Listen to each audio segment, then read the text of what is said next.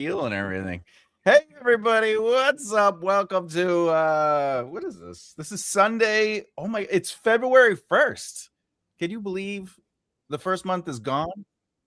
We're done. We're on to month 2, the month of love. How do you feel about that, Emma? Well, it's obviously my month, isn't it? I write kissing books, so February isn't my month, except for the cold.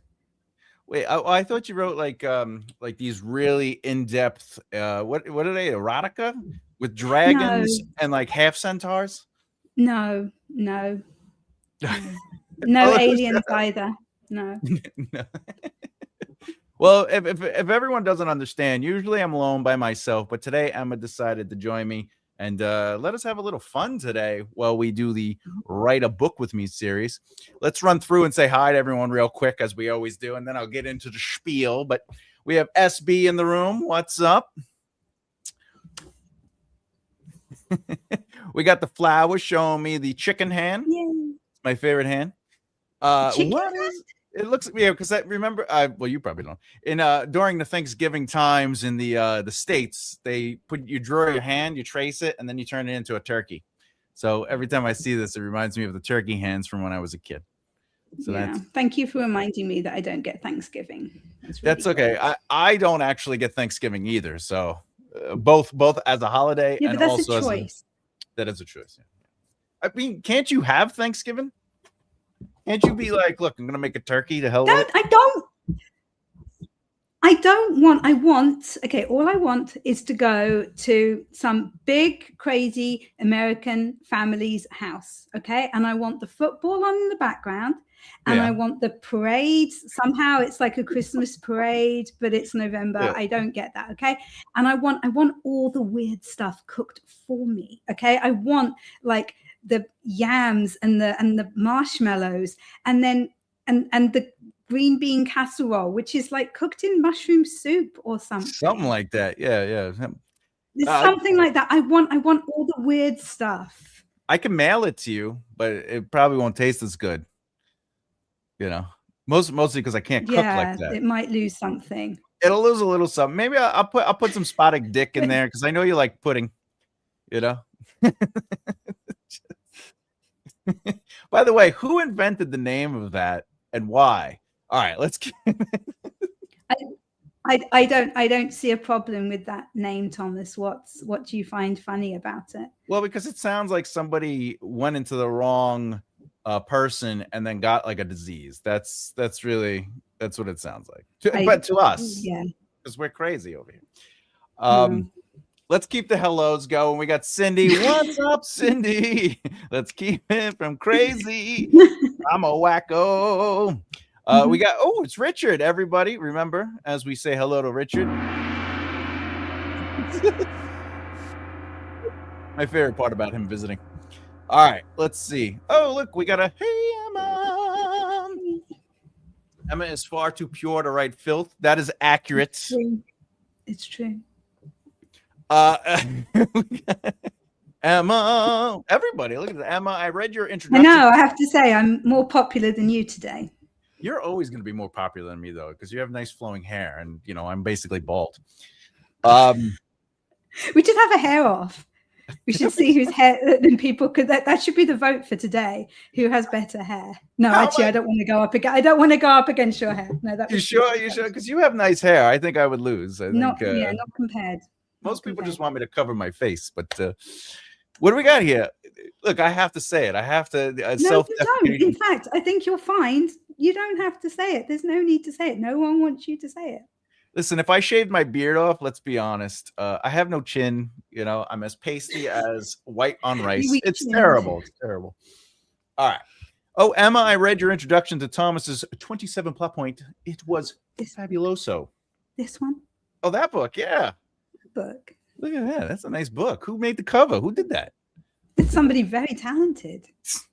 I'm not going to point to him. That'd be ridiculous. Emma in the house. I would point to you. Oh, there we go. There we go. I can never work out which way to point on this thing. Way, Are you on the other side? Yeah, let me fix that for you. That I only just worked it out, and then you flipped me. Water? Well, yeah, because I ran out of soda, so I had to drink the water. Also, Good. I wanted to make sure I had a happy guest today. Mm-hmm. I used to write the filth. I'm much more reserved these days. Well, I still write the filth because there's a lot of battles, so everybody's getting bloody and muddy. But I think you're talking about a different kind of filth. And I'll be honest, I also still talk about that in my books.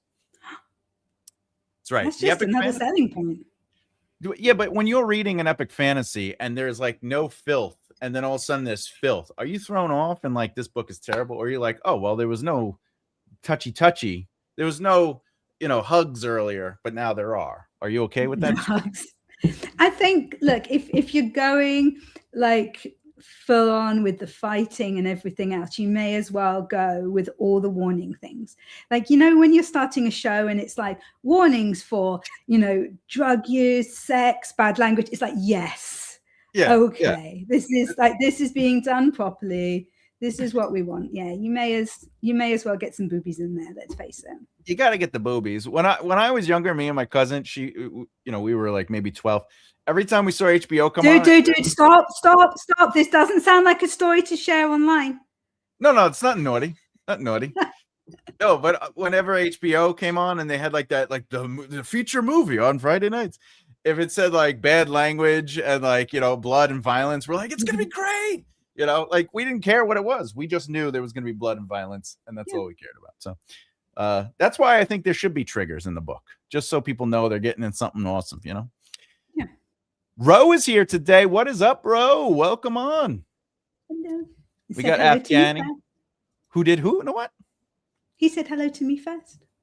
Because people love you more. It goes Emma, me, then two. That's your cat. Her name's Two. That's right. Two-Face. Or Toopster. I call it Toopster when she's misbehaving. Afghani had a birthday just recently. I don't know if you noticed. He officially turned 20. No, he's much older. The chicken. Because of the chicken hand. All right. Chicken. Ciao, Thomas. Oh, look, you got everyone speaking Italiano in here. Eh? Hey. What is it? Io sono Tommaso, tu Emma? Tu sono Emma. Yeah, we're not going to start this. All right. Hey, it's Hannah Hunt, everybody. Been working on my Christian story, and I have 2,948 words written with almost 5 pages. That's fantastic. By the way, a little trick to get more pages, write with bigger font. Yeah. That's really smart. Yeah. And understand why people come to this channel for you. That's right. When I'm like, I got to get my 10 pages in, but it's taking forever, I just increase the font to 20. Mm-hmm. Is that a fair trick? Does it work for you as well, Emma? Some of us don't need to do that. Well, I can't. I'm not a prolific writer, All right. All right. What do we got here? Oh, look at this. I read Emma's romance book, Her Perfect Hero. It was good, but there was a disappointingly small number of details about trains. Yeah. Well, autism aside, I also was disappointed there was no trains, but there was a lot of choo-chooing, and there was a caboose. It's true. Richard, by the way, congratulations. If anyone doesn't know, he released something on the Instagram showcasing a Madonna song. What was it called? The Ray of Life? Ray of Light? What was it called? You got a book out. Put the link in. Am I allowed to talk about this now? Because I got in trouble. He posted it. Okay, fair enough. On the Instagram. So I don't know. Richard, put your link in the comments, please. Is he a mod? Can he do that? I don't. Maybe he can. Maybe he can't. That's just really mean to tell him to do it if he can't. Well, let's see if he can. I do not have a wrench. Well, I can't give him a wrench because he'll start kicking me out. What is this thing? I'll put it on. Is he on the Amazon? Is he on Amazon? On the Amazon. Ray of Light. Richard. Does he go by Richard as a? Oh yeah, he does. Richard. He goes by his name. Well, some people I use a different name for my writing. What? I do. What? You don't. You don't know that? I don't know your real name. Well, you know my real name, but not everyone else knows my real name. What the? You didn't know this? See, now you look like I looked when I was talking to Eloise. I can't give my real name in, but I will tell you it is very close to Thomas J. Bellezza, but it is not Thomas J. Bellezza. Okay. Almost identical though. Almost identical. Okay. So you're just enjoying winding me up at the moment. Okay. I'm named after my mother's twin brother. So, but he's Italian. So, all right, let's keep it going. Oh, yeah. Oh, yeah. I do know that. Okay. It was about a woman falling in love with a dentist, obviously. Next door, does he give her a good filling? See what he did there? Very nice.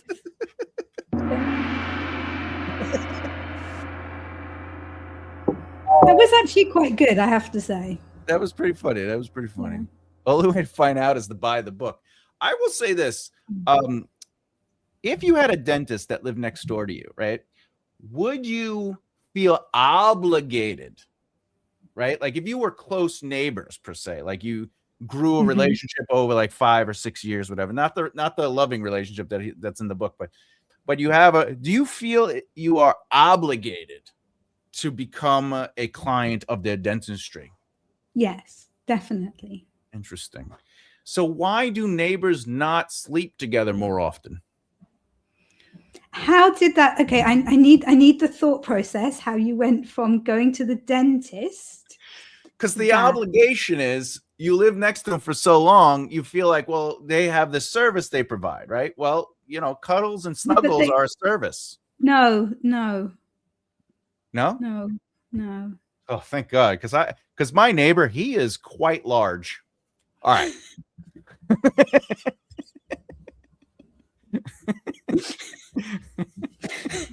All right. That's a long joke, but I was trying to get to. All right. I could tell that you were like really building up to that one.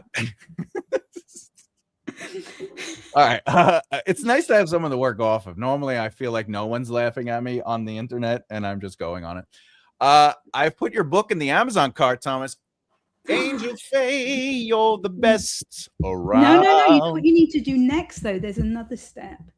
Oh, hit the. Well, she gets an applause just for me. I'm just super excited about that. Okay.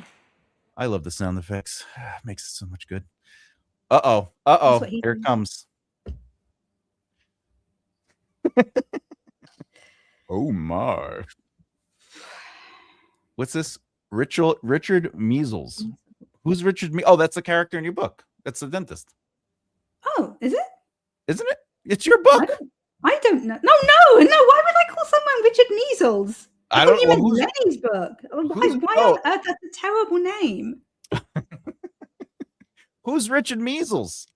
I think, okay, so it might be to do with, Spotted Dick. Oh, it might be. Is it Dick, like Richard, and Spotted is in measles? That's great. I could see that. It's a little play on the words because I like it. Oh, you got a hello from Malos. Hello. I swear, I love all the interaction. We will get to the book. I promise. I'm going to whip this manuscript into shape. You guys needed me here. I'll sort it out. Right. Every sentence I write, she's going to be like, no. All right. What do we got here? Thomas has seen me with and without a beard. That's true, but you're a very attractive man. What did they say? They say hetero compliments. Hetero life make comment. Let's keep going. Bloody and muddy. Oh, he's referring to my filth that I write. We are far behind. You. This is nothing to do with me. That's right. I am slow. Flowers actually has been reading the epic fantasy. She is far through it. So has SB and Cindy and a couple others. I don't think it is very violent yet. The first act is not super violent, but it gets very violent. Now, according to this, okay, Yeah, Yes. we're making a promise to our reader. So if you don't make it super violent in the first act, we don't have the promise of violence, and it's going to come as a surprise to the reader in the second act. That is why the prologue has gruesome violence, and that is why there are flashbacks to the trauma of violence, and also why there is a massive trial battle in the first act that is kind of violent, but it is not, deadly. Okay. But I also mentioned berserkers. I mentioned that there's certain elements that are all promised in the first act. And the berserkers have 5 levels. That's right. How do you know? Oh, because it's in the book. That's right. I think that's right. Look at you. You did read it. This makes me so happy. All right. Emma said sex. I totally read that as had, and clearly you have children. So, as my dad used to say, son, I'll promise you, you don't have it as much as you think once you're married, but I did have it at least 3 times. And I said, why 3? And he goes, well, because I have 3 kids. It's true. It's true. Rude. Uh-oh. The epic fantasy that drops the F-bomb is golden. That means it's go time. Does my book have do you write bad language in your book? No. Or because it's romance? Because it's romance, because it's like, it doesn't have any swearing or anything like that. So sometimes, because I swear like a sailor, so sometimes I'm sitting there like trying to come up with an alternative when I know that an F-bomb's really what's needed, but it's like, no. Yeah, because you as a person is like, I would just curse here. Yeah. But like, you're like, I want to sell books. So I got to be like, instead of saying the F word, I got to be like Farganugan or something. Exactly. But it would just get knocked out by my editor anyway if I did do it, and I'd have to come up with something else. So. Is there a way? Because remember, there's always nuance, and there's always like, how do we change the genre and evolve the genre? Is there any nuance or leeway for? Because like even a PG-13 movie could say so many bad words before it's an R. Or a PG movie could say at least 1 or 2 bit. Like, is there leeway to a romance with cursing or even more passionate kissing? Well, yes, but it does depend. Like, there's lots of different levels of romance, and I can't remember how many books I've written now, like 14 or 15 or something like that. But they've been at the same level, so that's what my readers expect. Okay. So I'm not kind of going to change that. And it's like, it's not really important either for the genre, if that makes sense, or for that subgenre, in terms of, it's not like somebody's going down a dark alley and someone's coming at him with a knife, and, a lot of violence and people are like shouting out, or whatever. It's like, instead of calling someone an effing idiot, I might just go with an idiot. Oh, all right. You just clean it up a little bit. Exactly. Just clean it up a little. Also, being chased by knives to some people is romance. All right. Yeah, very true. No judgment. No judgment. Hey, everybody has kinks. I don't. All right. All right. I wrote an epic fantasy. I made a chart of swear words. Of course you did. What did you call the epic fantasy, Richard? Did you call it Like a Virgin? I figured if you're going to name all your books after Madonna songs, that's the best way to go for an epic fantasy with swear words. I'm just saying. I'm just putting it out there. Mamma mia, mamma mia. You set him off again. No, I'm not. No. You gotta get it. We can do the other one. Figaro. I see a poor boy with a poor family. No.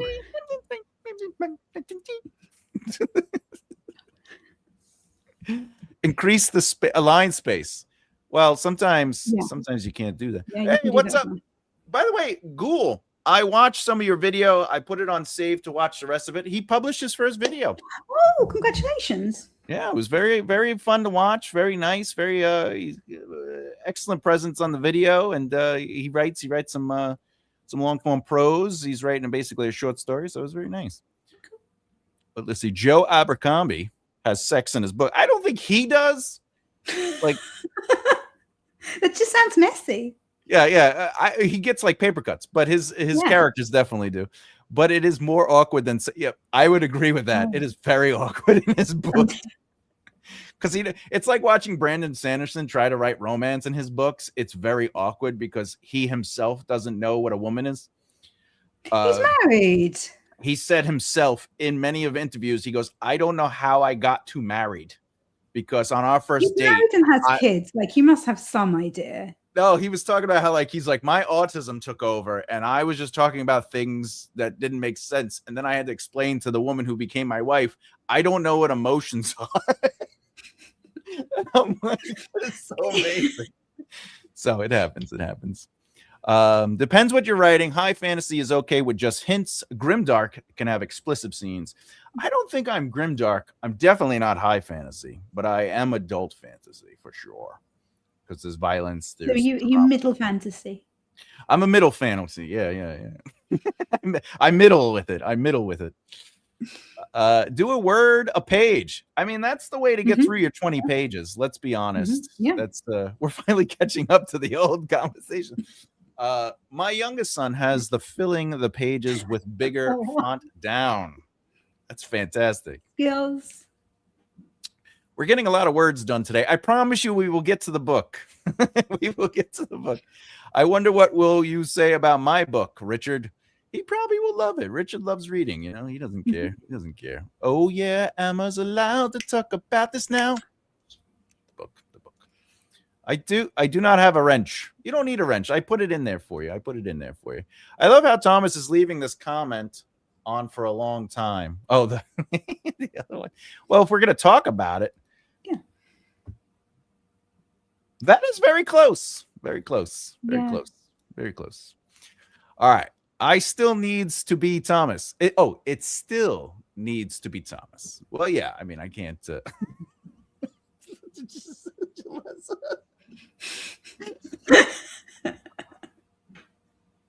I like that. Accurate. Yeah, that's the one. That is the one. You got it. You finally got it. It's more or less not great. Fun fact, everybody. More or less not great is in the new noir crime novel that I am working on.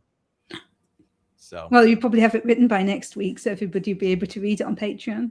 No, I think I could get it done in 3 months, but even that's a little pushy. You know, we'll see. Because you're really annoying sometimes. Well, do you want to write it for me, and I'll write your books? We'll see what happens. No, that'd be a fun experiment. Let's be honest. That would. You know. That would. Like we could write a chapter of each other's books. I think people would notice. Yeah, somehow. Only because I spell color with O-R. You spell it with O-U-R. That's definitely the only thing that they would be the difference. What do you think the biggest giveaway between our styles would be? I think that you are much more poetic in your writing than I am.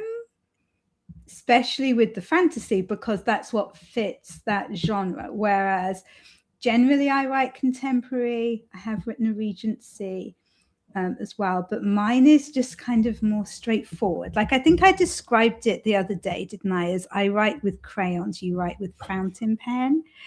So I think that would be the difference. I think it would be immediately obvious. Like people would get to the end of one of your chapters in your book and move on to mine, and they'd be like, what has happened? Why is everybody drinking tea? And why is everybody kissing and showering? My characters tend to shower a lot as well for some reason. I'm very, very like keen that they are clean at all times. So that would probably be the difference. Yeah. Well, let's be honest. If I was writing epic fantasy in modern time, everyone would be showering all the time as well. But you know, they live where mud and ponds are.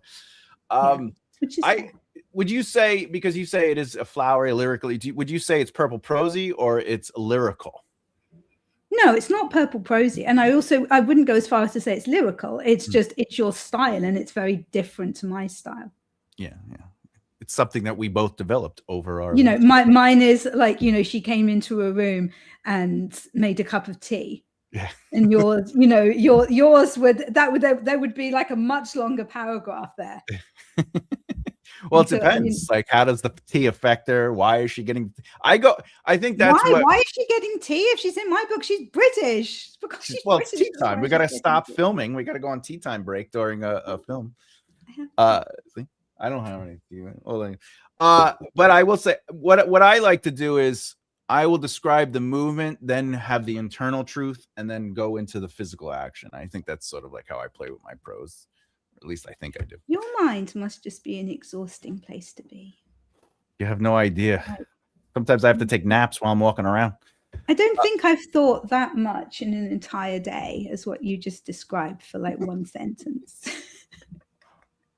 Well, I can't help it. My brain is like, I don't know.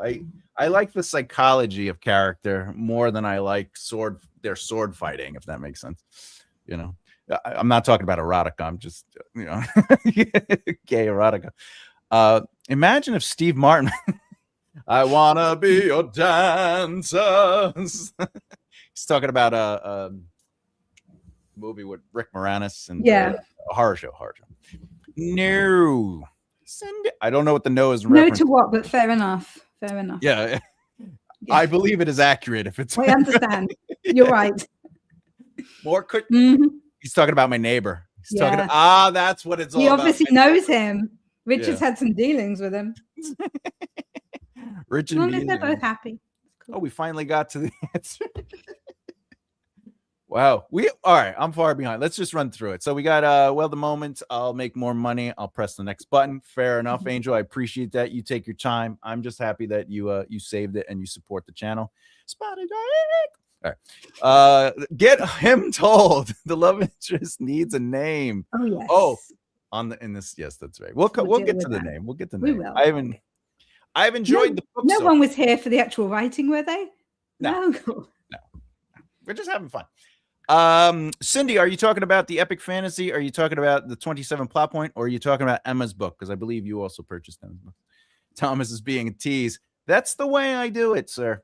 I'm looking forward to the second act then. Yes, the second act. Well, it's coming up. The second act, chapter 25 is the last chapter of Act 1.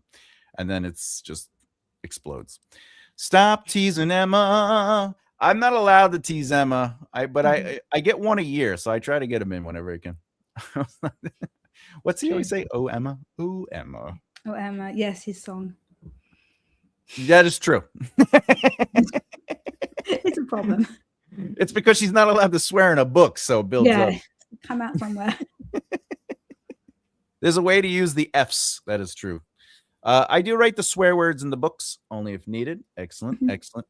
I like to make up swear words myself, but also I like to use real swear words. Sometimes write bad. Humor. Yes, if it works for humor or emotions. No tongues.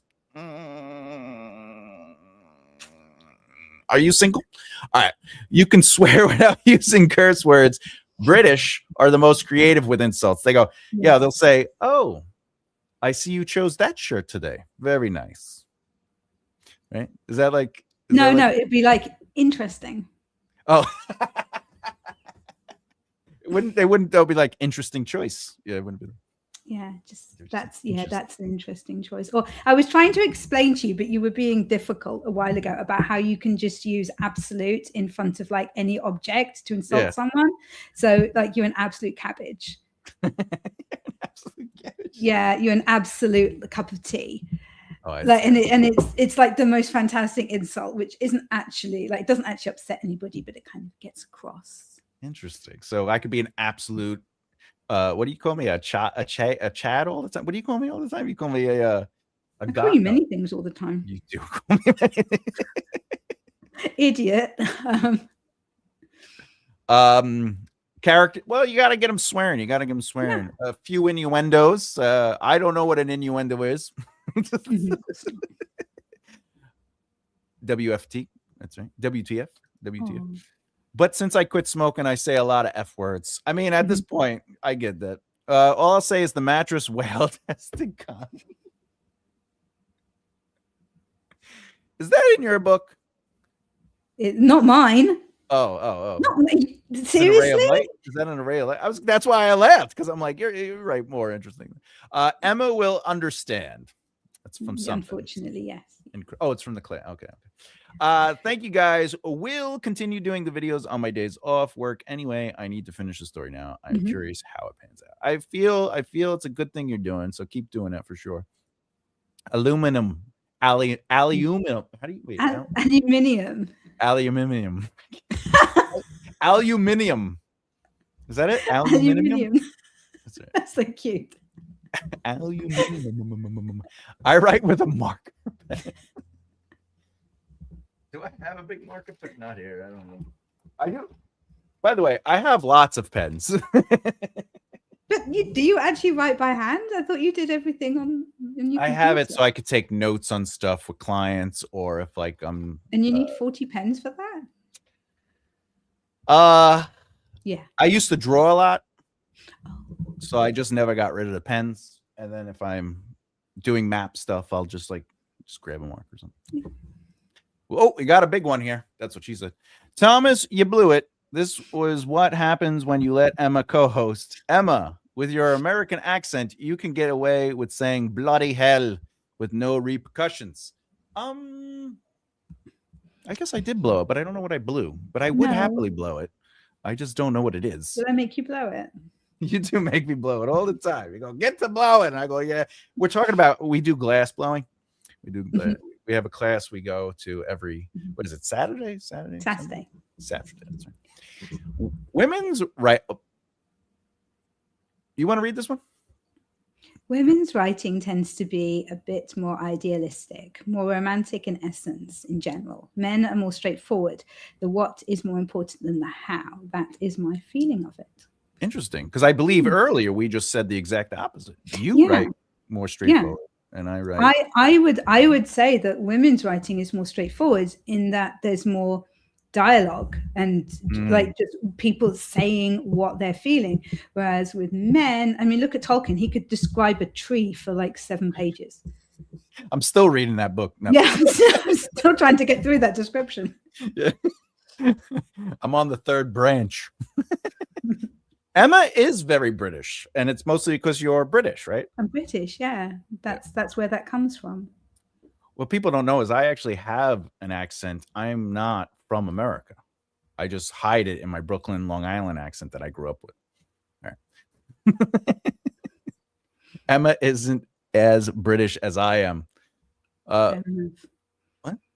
That's true. She has longer hair. Does that mean anything? Because normally the old Brits, they wear wigs, right? They wear like the powdered wigs, and that's why the judges still do that, right? Do judges still wear the wigs? Do still do that. Yeah. I'm mainly from, like, my family's mainly from Ireland, so really I'm not very British. That's right. That's right. That explains your height. Republic of Ireland. Right? What are you, like 5'3"?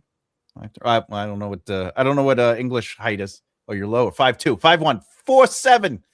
What's that? I don't know if this is a command or you're trying. I don't know what's going on here. I thought you wrote romance. What's this? What's going on? Emma. All right.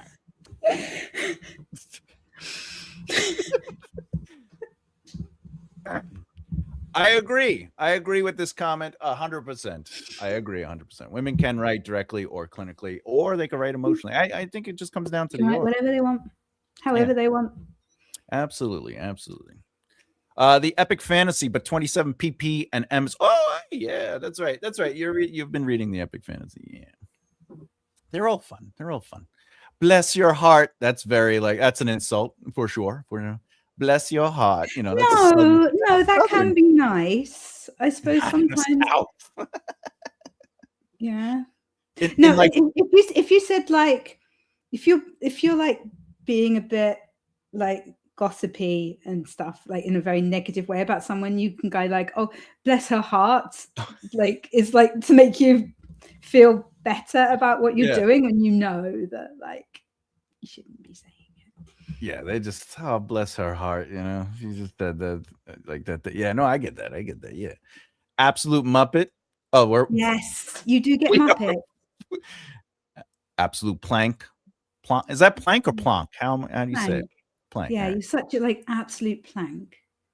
But you've never had that one. I haven't yet. But you have had Muppet.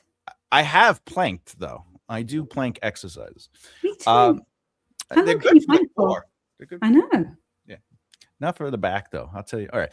Oh, I know. Yeah, and it makes time stop. It does, because you're just like, please, for the love of God, I'm not even moving. You're just shaking. 4 seconds. I'm shaking thinking about it. All right, we got in my books, bloody hell might be used. Oh, we're back on the curses. A Regency romance. The yeah, it's a hard word.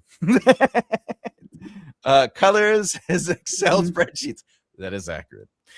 Can we stop talking about blowing now? No. The pen Absolutely not. Absolutely not. Cindy, you're gonna have to share your coloring box, because I definitely love seeing crayons. I love to write by hand.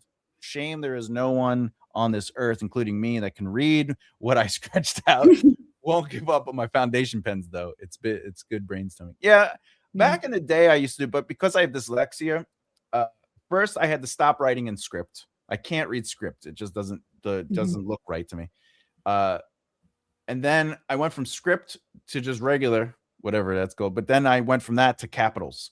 So if I write longhand, everything has to be capitals, or I can't control the lettering because my brain just confuses the shapes, because that's what dyslexia is. It disfigures symbols and moves letters around. Or I'll be writing, and what I am thinking or saying out loud ends up being different than what I wrote. And, so the keyboard has helped. So I have stepped away from writing out chicken scratch. Emma should do a live stream like this, even if it's just to hang out with all of us once in a while. See, everybody wants you back to live, instead of. I did used to do lots of lives. What happened? You gave it up? Yeah. We're right at the end, Emma. We have 3 more to go. My dad liked to read women's writing because the conversations made it fast to read. That's funny. Though he liked Tom Clancy, but he enjoyed the romance books. I think I'm with Emma though on this. I think it could go either way. I think it just depends on your author voice and your style. Because Anne Rice can go on forever, and I love Anne Rice. I know, but how long do you have to describe a door? It's all about context. Yeah. Oh my God, I have a typewriter called. Does he really? Yes. It's named after me. And it's just as beautiful as the real Emma. Aw. Okay, stay away. Stop it. She's your teacher. All right. Perhaps I am wrong. Would you recommend any female writers to change my perspective? I only read just reading Rowling. She said, and I quote, as a dialogue tag, ejaculated. So you can't really judge writing based on her choices. She did. That's fine. That's just your mind. First of all, they're kids. All right. Do you have anybody that you could well, obviously me. Obviously me. I'm trying to think. Who have I got behind here? I also like all those writers. Who am I thinking of? Oh, Delia Owens. Delia Owens, Where the Crawdads Sing. That is absolutely brilliant. Here you go. Read that one. We'll make that happen.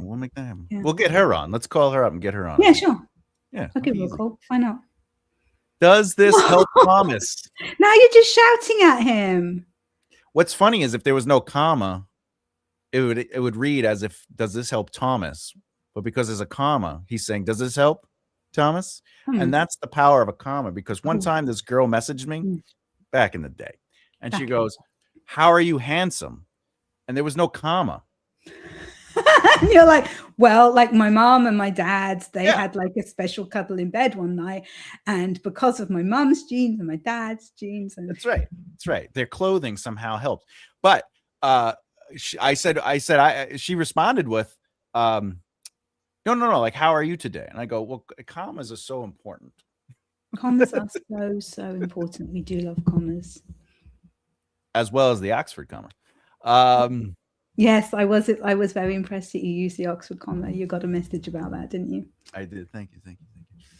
I love writing by hand. I love using my hands too to type.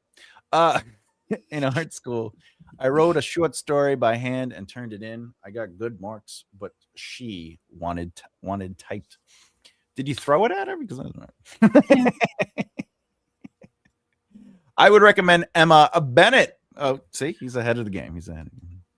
I do notice the difference between modern female writing. I would say modern writing. Because again, I don't think being a woman or a man is what dictates the style of writing. However, it could be argued that more women write romance, not because they're women, but because romance is a selling genre. Mm-hmm. Right. And like, but it does appeal to women more. I mean, obviously men read romance as well, but the vast majority of readers of romance are women. Yeah. But my point though is that, you know, a woman author isn't like, the only thing I feel I can write is romance. Like, yeah, you know. Yeah. I wish I could write fantasy, but romance it is. I would write fantasy, but he might bring out his sword. I couldn't cope. And then my smelling salts. His bastard sword, if it's gonna be rock and romance. I made love to the bastard. All right. Not necessarily true for classic authors. Like I don't consider J.K. Rowling classic, right? Unless I'm getting really old. I don't understand. We are just old. Oh, Jesus. We just need to accept this. Move on. Special cuddle on the. All right, let's get into it. Let's get to the thing. All right, so hey, keep it going. Yes. All right. We're gonna get to the writing. Men should write and read romance. We do. Some guys haven't. I edit a lot. Thank you. Okay, thank you. Moving on. We were going to do some writing. I have no time for that. All right, boom. If you don't know, 40 minutes in. If you don't know, this is a good point. What dictates the style of writing is the perspective of the writer. It's silly to compare craft, but I agree with you 100%. The perspective of the writer, yeah, I guess you're saying basically the lens of the writer, like how they are ultimately seeing story unfold, and I agree with that 100%. 100%. All right, so if this is your first time here, or you've made it 41 minutes in to figure out what this video is about, I've been writing a book in real time using my process, which can be found in the 27 plot point outline that is available currently. Oh, thank you very much. As you can see, we are using my process. I'm not saying this is the correct process. I'm just saying this is the process I used. And we've been doing this for 56 episodes, counting today. And as you can see, we've already done 9 of the 21 steps. And if you want to go back and watch it from the beginning, you will see it unfold. I promise you, I don't take 40 minutes to get to the writing. But I could. Currently, we are working on the first draft. We are trying to get a little faster on it, but we are on chapter 1. As you can see, we did. How many words so far, Emma? How many words? Let's see. Damn, I'm a little further than I thought. We have 1,463 words. Fantastic. Before we jump on it, though, remember there is a poll in the comments section. So what is your wall when writing a novel? We have the first 10K words, clearly, the saggy middle issue or syndrome or whatever, the buildup leading to the climax. That's what she said. Climax specifically is the final battle. And then, of course, the first or last chapter. Emma, what is your wall? Probably the middle, because I don't tend to think about it enough. I'm like, this is the meet cute. These are my characters, and they're going to end up at this point, and stuff is going to happen, and it's going to be romantic and kind of funny. Yeah. Yeah. And sometimes I like to add in animals. Yeah, and it's going to be fine. And then I get about 15,000 words in, and I'm like, oh. I love it. That's fair. When I asked my editor about the saggy middle, they told me to do crunches. So really, that's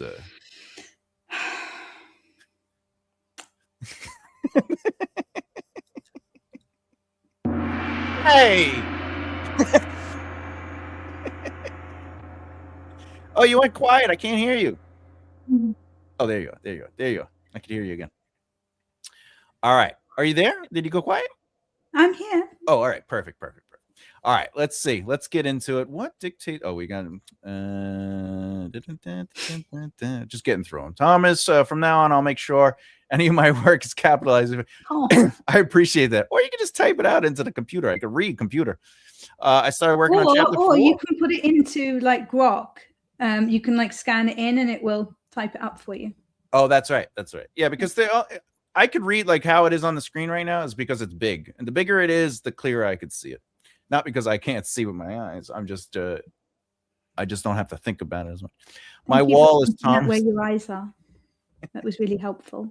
The what? The what? Yes? Pointing out where your eyes are, yeah. Oh, we wouldn't have known otherwise, so it was good that you did that. Well, I have a third eye, but it's supposed to be here, but I can't see it ever. All right, Emma. Emma, let's do this. Let's get into this. Any thoughts or ideas? You got any input? Do you like where it's going? Are you interested in this story? You've been following along. I don't know if you've been watching. I've only been half following along, though, because most of the time I just have to have you on in the background. So I'm not as up to date as I could be, but I can still whip this thing into shape. And apparently the love interest doesn't have a name. Well, I don't name anyone really until I get closer and closer to the end. You know what I'm saying? Like, or if I think of a name as I'm working through it. But more importantly, you just so everyone knows, Emma is an editor, and she's going to come back during the. Let's go back to the. Let's see. There we go. Line editing. So step 18, which isn't actually as far away as you think it is. And you're going to come back and you're going to do it in real time, right? You're going to edit for us. I am. That's what you said. You said you would love to do that. I mean, I'd love to do that. That sounds not at all terrifying. Great. Look, we'll just have to go back through the 2 or 3 Instagram. It shouldn't take long. We only talk once in a while on Instagram. Yeah, so you can just like once a week or so. Yeah, if that. And usually it's for her to tell me to leave her alone, because I'll be like, how are you doing? You know, how's the book coming? She's like, leave me alone. Like, leave me alone. Leave me alone. Emma is a fantastic, absolutely. Thank you. Grok is very entertaining unless you don't feed it. All right. Do you want to, while I'm doing this, while I'm writing a little bit, do you want to talk to the audience about how you approach your first draft? Because that is what we are on. Yes. So what is interesting is that you and I do things extremely differently. So that is why we are going to butt heads here. That's right. Because the idea of not naming people like would drive me completely insane. So this is like a first draft. Yeah, you've got your outline. So what's your zero draft then? My zero draft looks like this. Right. Okay. So the zero draft is like the full outline with extra bits in. No, so the short form outline is technically considered my full outline. It's the beats that I have to hit. Then I extend those by figuring out what chapters might look like within those beats. But they're, again, just like a paragraph. Like I might write a quick paragraph, like this is what I want to happen in that chapter. Then these zero drafts, or I call them zero draft chapter outlines, is me just outlining the chapters. So I don't consider these zero drafts as like the full outline because they are just outlining the chapters themselves. And then the first draft is me just writing out the beats. So like this is a beat, right? So in my mind, I have to write to this. So it says a scratch voice fought through the speaker, unable to reach my ear. That's me just playing around with it.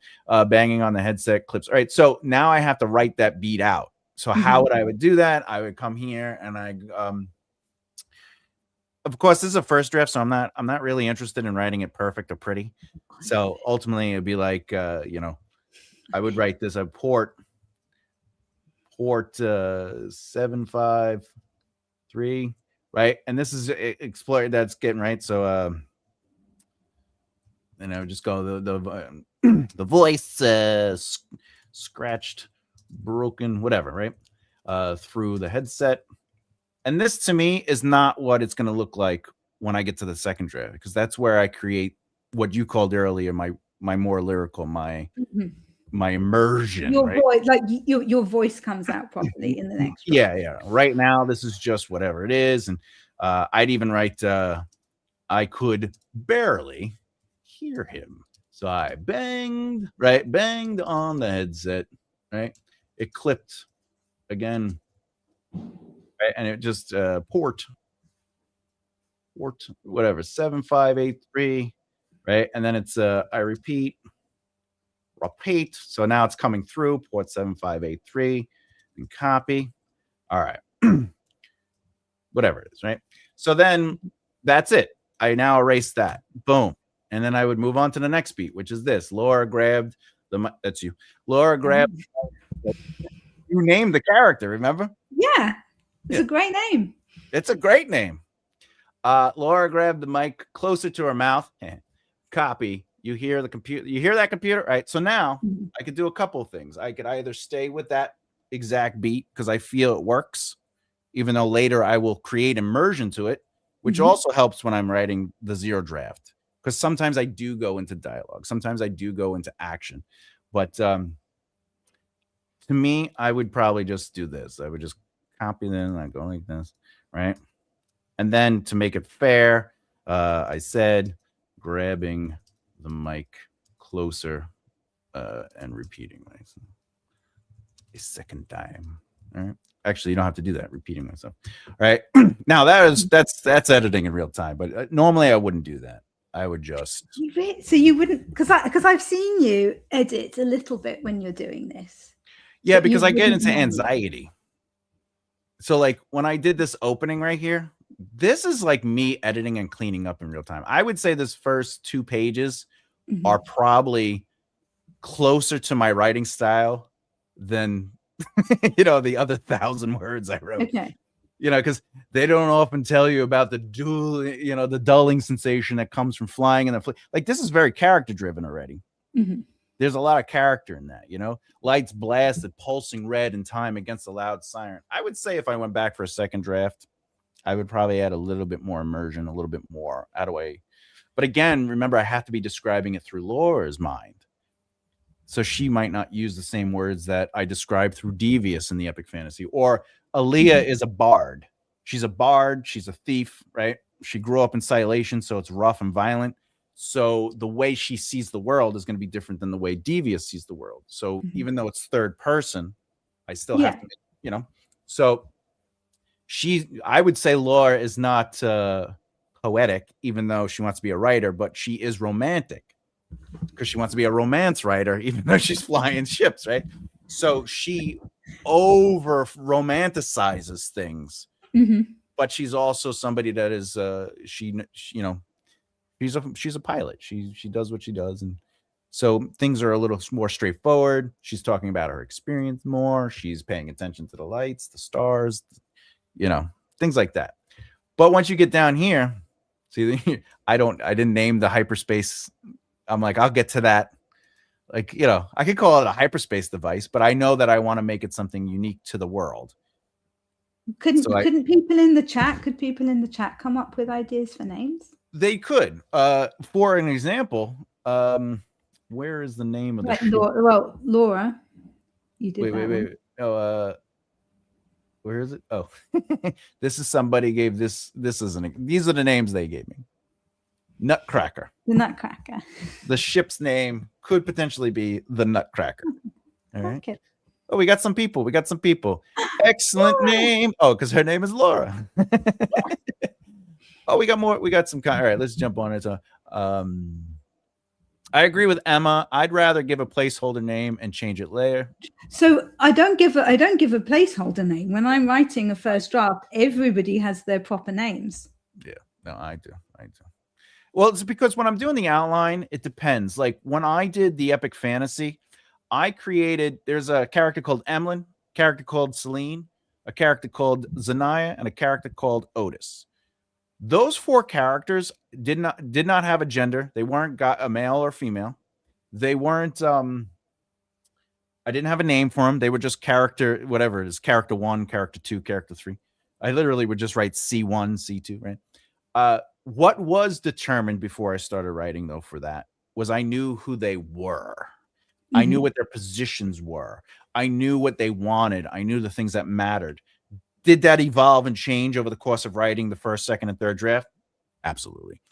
It wasn't until I was maybe halfway through the first draft of the first book that I gave them names, only because they started making more sense. This character Oh. felt more like this name, or this, this character feels more like, I think it would be stronger if Zanaya was, or the character was Zanaya and was a woman, and she has a lot of the traits of what a Vru would have, which is basically like the spiritual leader of a tribe, right?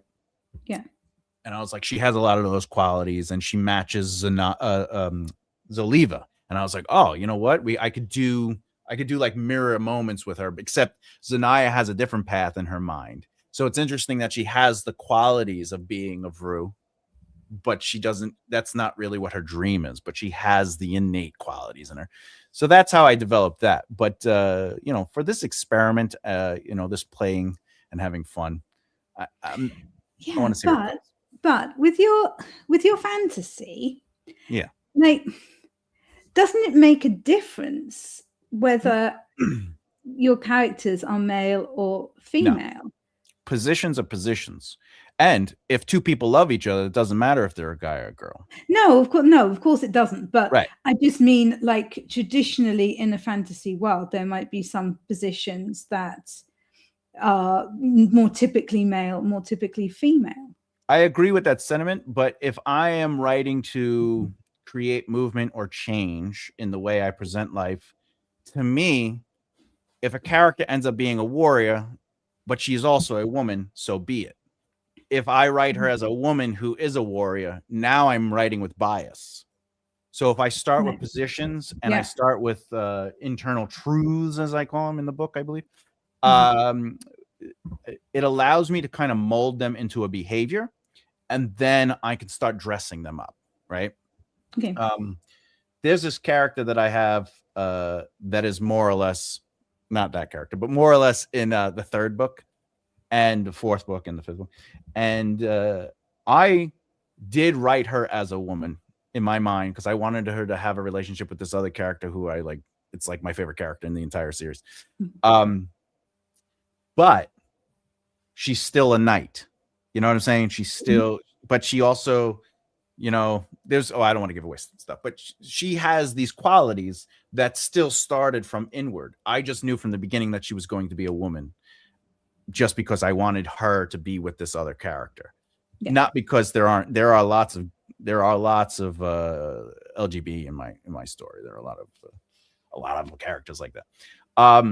So that wasn't the issue. It's just because I know who this character that I love more than I know what his story is. So I was like, oh, I could bring this character in. That character is a woman, but now let me see if I could play with positions. So sometimes I'll do that, but I have, this is all right. So when I'm working with a client and you're reading, you could so tell they said to themselves, this is going to be a man or a woman, because then everything they're doing is what a man or a woman would do. Right. So then nothing feels real. It all just feels performed. Like one of my least favorite tropes with a woman character is miscommunication or the silent treatment, or women can be like that. I understand they can be like that, but it should come from a behavioral truth, not because they are, oh, these two are talking, the woman has to ignore him now and get, like, that doesn't necessarily have to be the go-to. It's like kids, when you're watching a television show or a movie and the teenage kid always hates the parents. And I'm like, I know that children can hate parents. I understand that. But if you're watching and the go-to choice is, this is a child, they are 15, ergo they must hate parent, right? It takes away from so many opportunities to say something, because you're limiting yourself with the bias. Oh, it'd be interesting. We're going to just have the kids be like an a-hole, but I'm going to do it differently because they're going to connect towards the end. Well, you're not doing anything differently. That's the traditional. That's, you know what I'm saying? That's all. Oh, it's a tall person. Well, we're going to start. What tall people always hit their heads on doors. Like, okay, I don't need that. You know what I'm saying? Short people. Oh, they're or whatever. Oh, they're a midget. So let's do midget joke, and or whatever the case is. Sure. Like I feel there's so much more room if you start internally and then you dress the character. Personally, that's really it. I think it's possibly very different as well because your books are on a far bigger scale than the books that I write. So my main character for me is always going to be a female. So I'm just starting off with that. But you're also a woman and you're seeing through the lens of a woman. I'm sorry. Adjectives. Beautiful one. But you're also writing through the lens of your personal experiences and your lived in world and all these things, right? But when you write a guy, the best way to approach a guy, if you're trying to avoid the tropes of, whatever, you have to start with the internal positions, right? And that's how I get around writing quote unquote female characters. Quick story, and I think I've mentioned this before. I got hired to write a screenplay for a female creator, and she came to me and she said, everybody said I need to come to you to write my script because I can't write, but I have a story, I have all the notes, I want you to write it. And I says, well, all your notes are saying every single character is a woman, some of the characters are lesbians, some of the characters are this, I go, and do you think I'm the right person to write this because I'm a dude? And maybe that'll dissuade people from being interested in the screenplay. And she says, everybody says you need to write this. You're the name I keep hearing from. And I said, fine, I'll write it. I wrote it. And then as an experiment, she went around and had all her female friends read the screenplay. And they loved it. They loved everything about the characters, right? And they thought she wrote it. And then she says, no, I hired this guy, Thomas. And they're like, a guy wrote this? And they couldn't, they were like, he's talking because I didn't approach it like as if they were women. I just approached it. This character has depression. This character loves their partner, like really loves and is like gun ho. So I wrote it from these positions, and that was the behavioral choice. So it wasn't like, how does a woman love? It was, how does somebody love? What is the cost of love? What would you give up for love? And what would you fight for love? How does depression influence? And there are different variations of depression, obviously. But and then there was guys in the script too, a couple of them. And there was a guy that was a cheater, right? But I didn't write him as a terrible human being. I wrote him with positions that created the flaw of not being loyal. So it made it more real. It wasn't just like, I'm the cheating guy. It made it, I added to it. Like, why would he cheat? What was causing that position for that behavior? So all those things led to the screenplay being well received. So that's how I approach it, because I'm weird. You're weird. Well, you are, but you're not allowed to say it. That's right. Only other people. We got some stuff here. Emma, Thomas is perfectly comfortable with me calling my characters by their roles so far. So would that be something that would annoy you? No, it's your manuscript. You call them what you want. Yeah. I think when an editor is working on a manuscript, they're taking somebody's baby and helping them with it. It's not up to you whether the names are, right for the characters, whether they have any names, whether, you're not interested in the setting necessarily. If that's the right setting for that book and it's something that resonates with the author, then that's what's important. It's nothing to do with the editor. Yeah, agreed. Unless of course you see something really terribly presenting. Well, yeah. Then you'd be like, why is this character's name Jackass? Yeah, you're like, you might want to rethink that. Yeah. Oh, it's their nickname. Yeah, but you're writing a romance. Yeah, and middle grade. We're gonna adjust it a little bit. I do the same with my draft plays. Well, in screenwriting, what I was taught in the rooms was you write either note or you write needs name, or you write like how I do, like on the screen, right? The name this.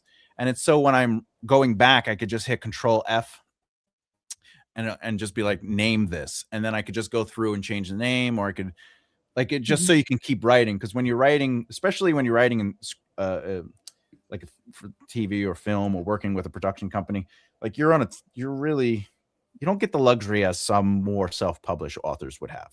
Mhm. So you have to, if you stop yourself, and I think this is just behavior that a habit that I got from screenwriting, is I don't have time to think about it right now. I could always go back, Mhm. it's just quicker behavior. That's all. I have to have names because for me, the name gives me an idea of their character. Oh, yeah. Although if Mhm. I didn't have an idea of their character, I wouldn't have a name. It makes it hard if I change the name Mhm. later. Oh, yeah. Have you ever changed a name? Yeah, I've in the book that I'm doing the copy edits now, I changed the one of the main characters' name in it in the series, and it was originally set in Wales, and he had a Welsh name. It was Reese, and I really liked that. I thought that was a good name, but it's now not set in Wales anymore. It's set in Cornwall, and I've already kept one Welsh name that I really liked in it, Seren, which means star. So I wasn't prepared to like get rid of Seren. I was like, that's the one I really want to keep. So Reese is going to have to go. So Reese became Michael. Oh. But now I've written the second book in the series, and I'm still not used to calling him Michael. I'm still like, who's Michael? What? I get that. I've actually never changed a name. If I created a name, the name stuck. That's it. The thing I would do though is change the character. Mm-hmm. So if and when I'm writing, as I get deeper and deeper into the drafts, if the character's behavior becomes clearer to me, I have no problem going back and sort of cleaning up their behavior. Yeah. But with that said, I've had characters that, have like a name that you would incite to be more nefarious. And then you realize maybe they're not. Maybe they're not completely nefarious. Maybe they just feel that way to other people, but they have a good heart. They have a good purpose. They have a whatever. So they get to keep the name where if someone's reading and they're like, this person's evil. And they're like, oh, I like this person. There is a character in the book. I'm not going to give the name away. There's actually 4 characters in the book that I've gotten feedback on where they're like, I can't stand this character. This character needs to die, or I hate this character. Kill them now. By the end of the book, they're like, I love this character. Do not kill this character. Or I feel bad for that character. I can't believe I was ever so mean to them. And that's the kind of writing I like. Mm-hmm. What do we got here? We got some more comments. Only a couple more. Let's jump on that. That's Thoughts? I think that I would want to come up with my own names if I was writing a fantasy book. I think that would be like a lot of fun. Mm-hmm.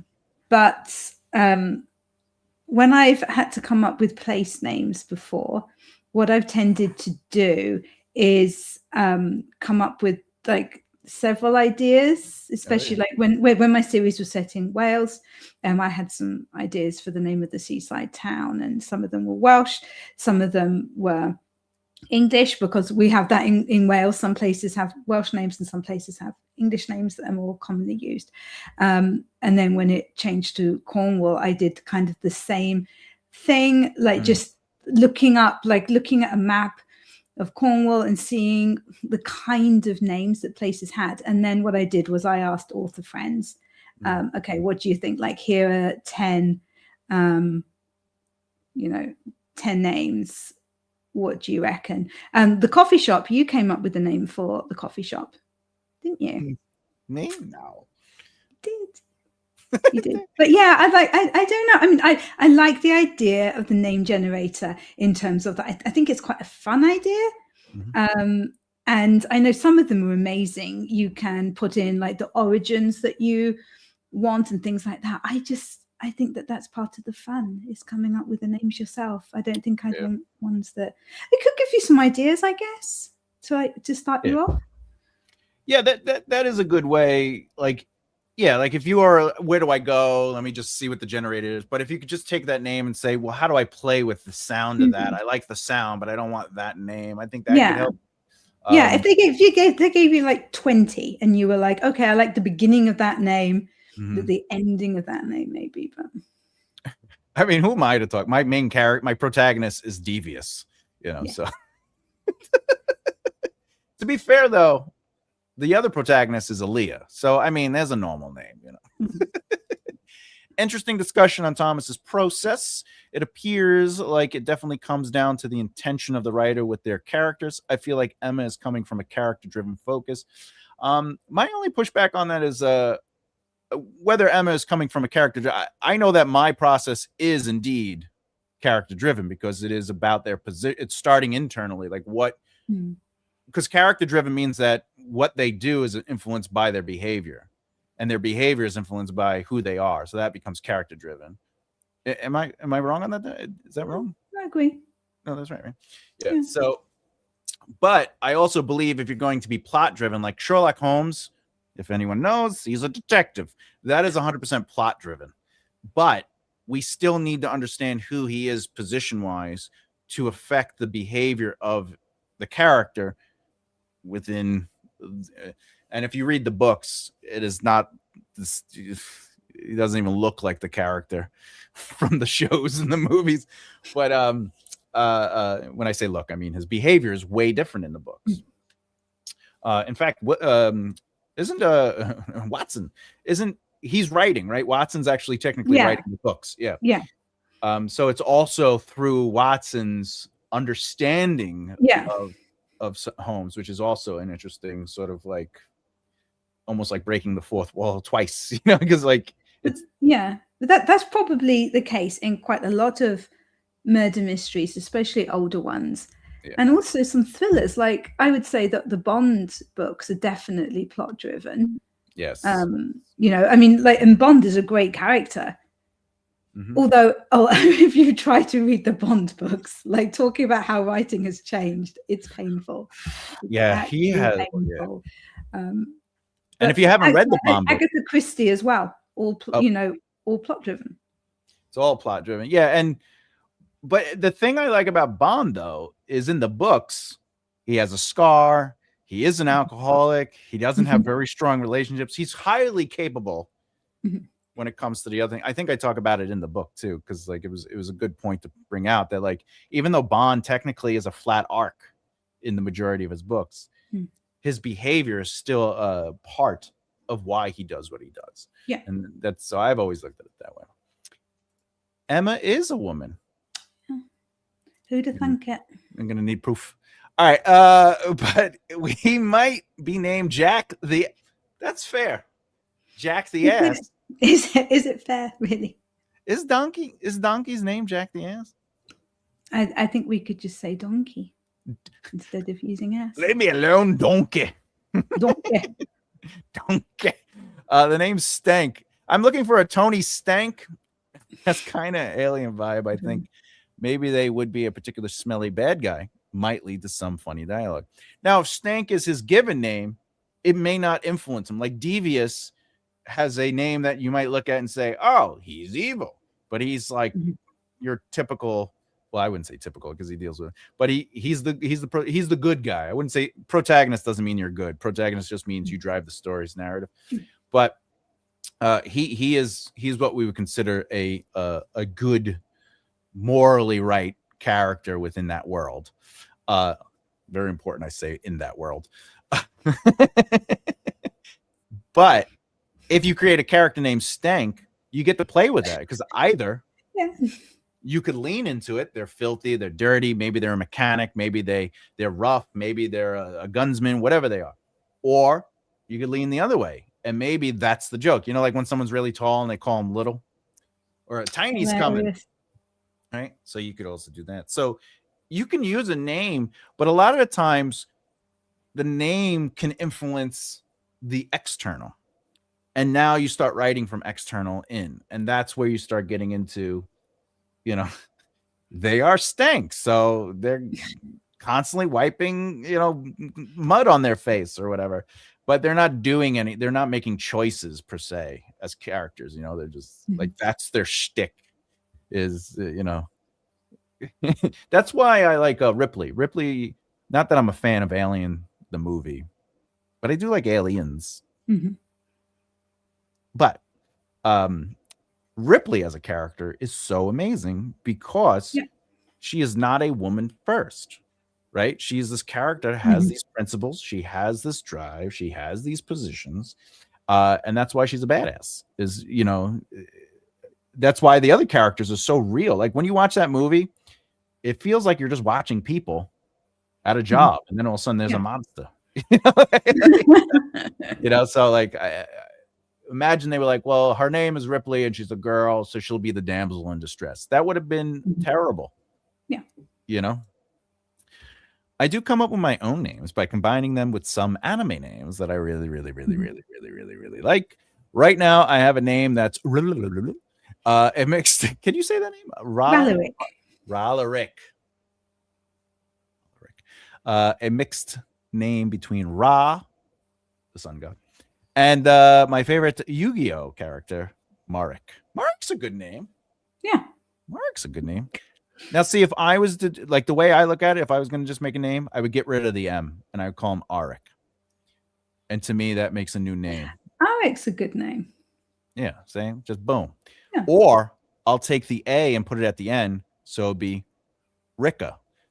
I was keeping the M at the beginning, so I was like, Marika. What's he on? Rika. Rika. That could be a cultural thing. Yeah. Rika. So that you start building world. Anyway, there. All right, we kind of jump ship. But do you have any thoughts or you wanna ask anything about the process? So people maybe like your audience in the room, sort of kind of. No, I just find it interesting just because it's so different to how I work. And I can see like that it would work. And I'm gonna be attempting this. I've got the book, I'm gonna be attempting it. But I'm also like, I'm just thinking I am really going to struggle with not editing like I do. Well, I will. I'll still do that. You're not the boss of me. Well, you edit while you write. Yeah. So like you would look at this and go, you copy, you hear that computer, you'd be like, oh, maybe I should be like copy. She shook her headset. Headset.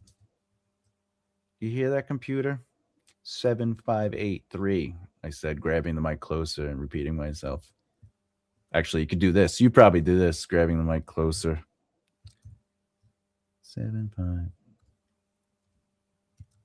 Is that more accurate to how you would write it?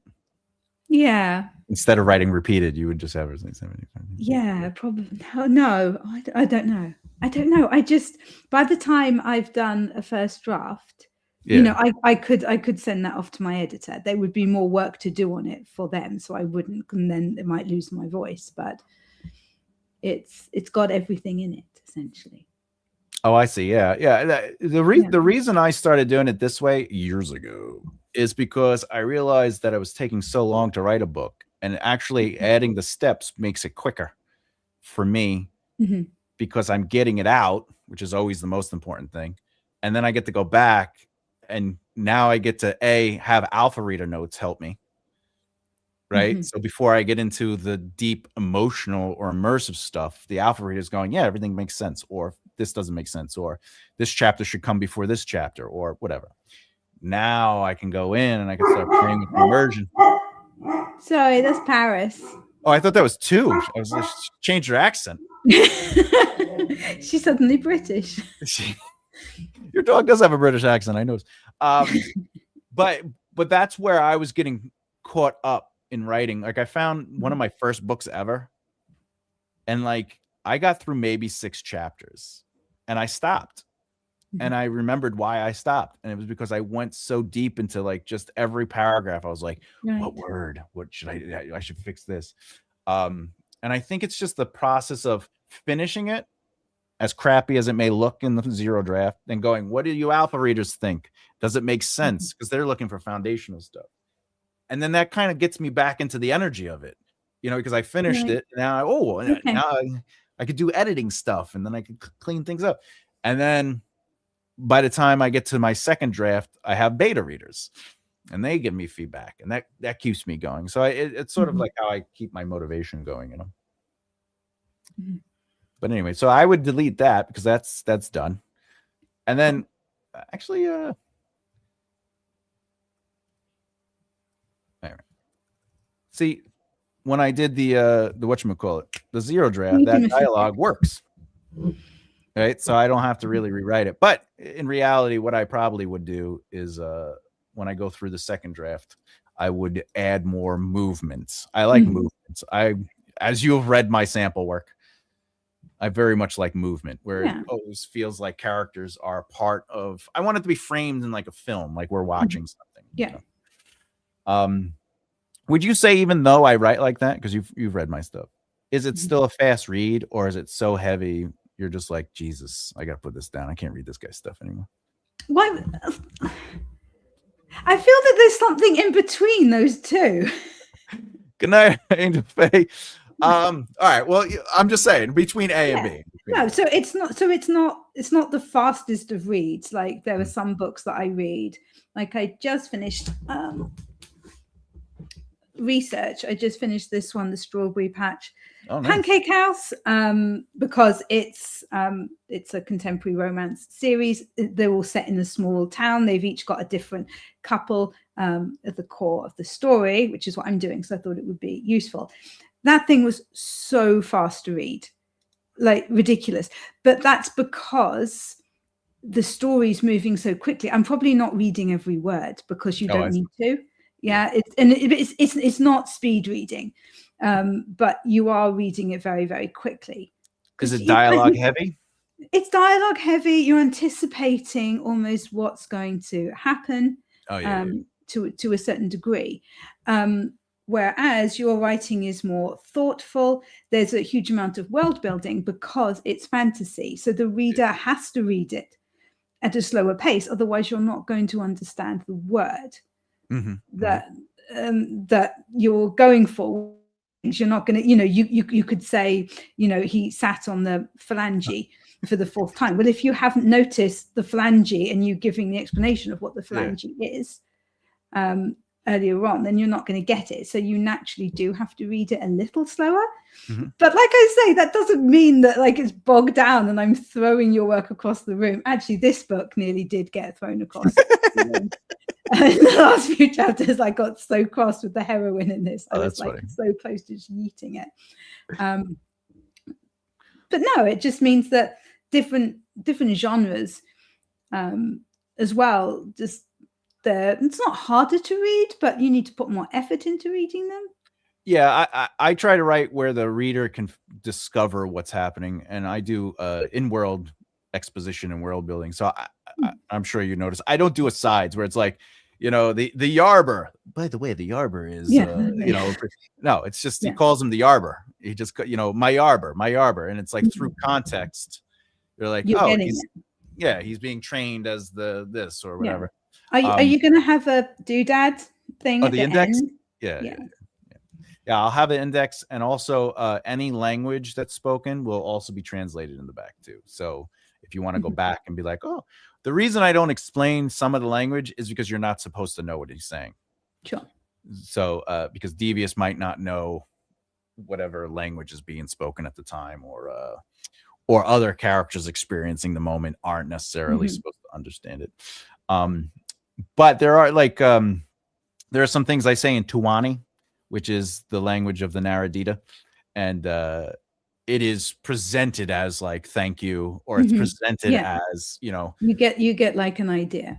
Yeah, or if like a character, like some people say, God be with you, or God bless you, or like that. Yeah, like there are things like that. Yeah, that you pick up from it. Did you know? I don't know if you saw this, but actress Emilia Clarke, who played Thingy in Game of Thrones. Okay, yeah. Had no words. Yeah.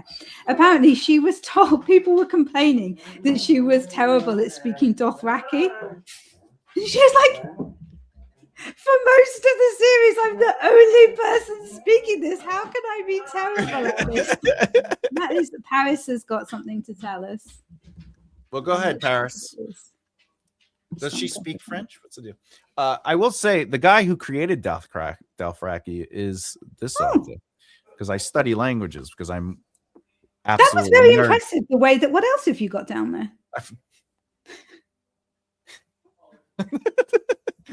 Well, let me see what we got here. Got this cup. No, I want to see what else you can bring out. I have a lot of stuff. I got nuts. So we've got snacks, we've got merch, we've got random writing books, we've got pens we've seen so far. That's right. I got tons of pens. I got a microphone. You But got in socks? this, the language, he created the language from scratch. Mhm. Because what's his face? Our Martin only had like little words, but he didn't really Yeah. have a language. So so it is interesting that they were like, you spoke it poorly. It's not like it's a world. Yeah, apparently there's like a whole internet forum thing going on about how dreadful she was at speaking Dothraki and what a terrible job she did about it. And she said, oh, I felt really bad, and then I thought about it. I was like, it's fictional. How can I be bad at it? No, she's the one who's basically setting the tone for the language, I guess. But what do we got here? We got I have a character who changes their name during the story. They start as Valine and eventually become. My only note to that is in the narrative, allow it to maintain Valoing, but in the dialogue, it could change to Valine. Only because the reader is identifying the character as, but the characters within the story can identify them as somebody else. Also, because it's such a tiny change, it might be kind of confusing, and it might not click with the reader which one you're using, if that makes sense, because of, like we were talking about, how you read and you don't necessarily take in like every word. I would say it would be quite easy not to realize that change had taken place. Yeah, even in the epic fantasy, I have characters that are known as one name, and then their name changes for whatever reason, without giving away narrative. But within the narrative prose, I still maintain their real name. So in the dialogue, they may change their name, and they might even say, "My name is blah blah blah," and it's definitely not their name. But it is always important. The first rule of writing is clarity. So whatever you write, if it is not clear, your choice is wrong. That's the rule, because it could be the most amazing thing you wrote in the world, but if the reader doesn't understand it, it's all for naught. The drama. The drama. Agree or disagree, though, Emma? Right? Am I right? Clarity is. Clarity. Yes, you are right, but I don't know. I have to see. If you say it in the book, then it's right. But this is my Bible now, so that's an outlining book. My How to Write book will talk about clarity. Okay, but so I'll have to check it in that as well, so that I know whether it's right. Is there anything in that book where you're like, this guy is a nut? Are you fishing for compliments again?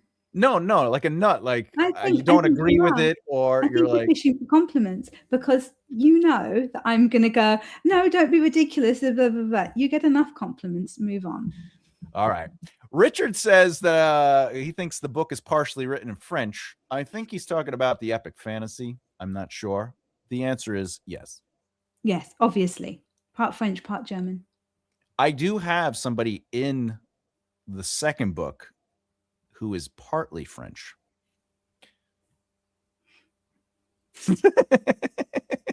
Which will that's going to get everybody who's reading the book going, how?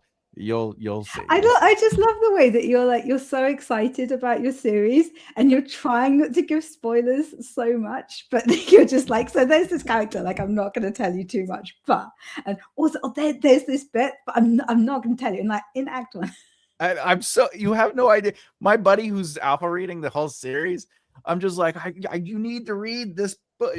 I just want to tell you about this thing, and he's like, I'll get there. And then he gets there, and he's just like, yeah. All right. That's something. Let's just say it has to do with them maturing or graduating up to a different class station. Oh, cool. Yeah, no, that's a fantastic reason for it, but like still within the narrative itself, the name is basically a whatchamacallit. What's the word I'm looking for, Emma? I don't know what word you're looking for. It could be anything. Is it banana? It could be banana, but that's BANANAS. Bananas. Bananas. It's Is basically it malignant? Is that's a good word? which one? Malignant. Like my toe. No, it's a like I can't think of the word. It's not coming to me. But when a reader is reading your book, every time they see the name, it's going to remind them everything they know about that character. So if you change the name, it's gonna. But it is only a little change. That's the thing. So I'm torn between going, that's cool because it's just a little change. So that, as you talk about that, like all the stuff about the character, but also it being such a small change that readers aren't necessarily going to notice. But does it matter? I don't know your manuscript well enough. I'm going to be quiet, Ro. There we go. It matters in the sense of maybe it'll start looking like a spelling error. Yes. Right. So, but in dialogue, you can call somebody, like the characters, whatever, had a V, they could call him V. They'd be like, V, get over here. But in the narrative prose, it must maintain the consistency with the name that you established in the beginning. Or at least that's what I was told. I mean, you could do anything you want. Let's be honest. Yeah, it's your book. Do whatever you want. Don't listen to us. Paris is going through some stuff. Having nightmares about World War II. Oh, I just got done. Maybe Paris. No, Paris is in South France or Northern France. Middle. Oh, so it's right on the border. So like they could go either way. Really depends. Poor guy. Poor guy. I just got done with chapter 1. Woo! Let's do it. Let's give him a little. All right, congratulations. Well done. That's a lot of writing while we just nattered away. Listen, I also don't listen to me when I'm talking, so it makes sense. I left it with a great cliffhanger. Ooh. Nice. Congratulations. All right. That was beautiful. I think we've basically bypassed the writing part of this episode because we're an hour and a half in. So, but it was fun to have a guest here to talk about writing in general. But you were like, right, we really need to get on with this and move through. I just couldn't. I was just having too much fun with you. You know, you're an exciting human being. So, yes, call me out. That's. Is he very mean? Is he very mean to you? Am I mean? I bet you are. I can't be the judge of that. I think I'm persistent, but no, I give options. I say these are the things you have to keep in mind. You could do whatever you want, but this is why I would blank. Mm-hmm. That's sort of like how I sit with the clients. I say you have this, but there was one client I had, very very nice person, but without giving away sort of like the story just in case, but there's like an essence of like lust, like that is an entity, and it takes over one of the characters, and that becomes like a thing. And I just was like, look, I love that idea. Fantastic. It's mystical, magical, whatever. Mm-hmm. But, and just hear me out. Again, it's your book. You can do whatever you want. It's just, they're 15-year-olds. This is not appropriate. Yeah. I was like, it takes place in a high school. If we could just make them 18 at the last year of school, we can start getting away with that. Yeah. But and it was a back and forth, and he had to go talk to some people, and he came back, he's like, you're right. And I was like, I don't want to be right. I'm just saying you need to be aware. Yeah. You can be writing about a 15-year-old. And that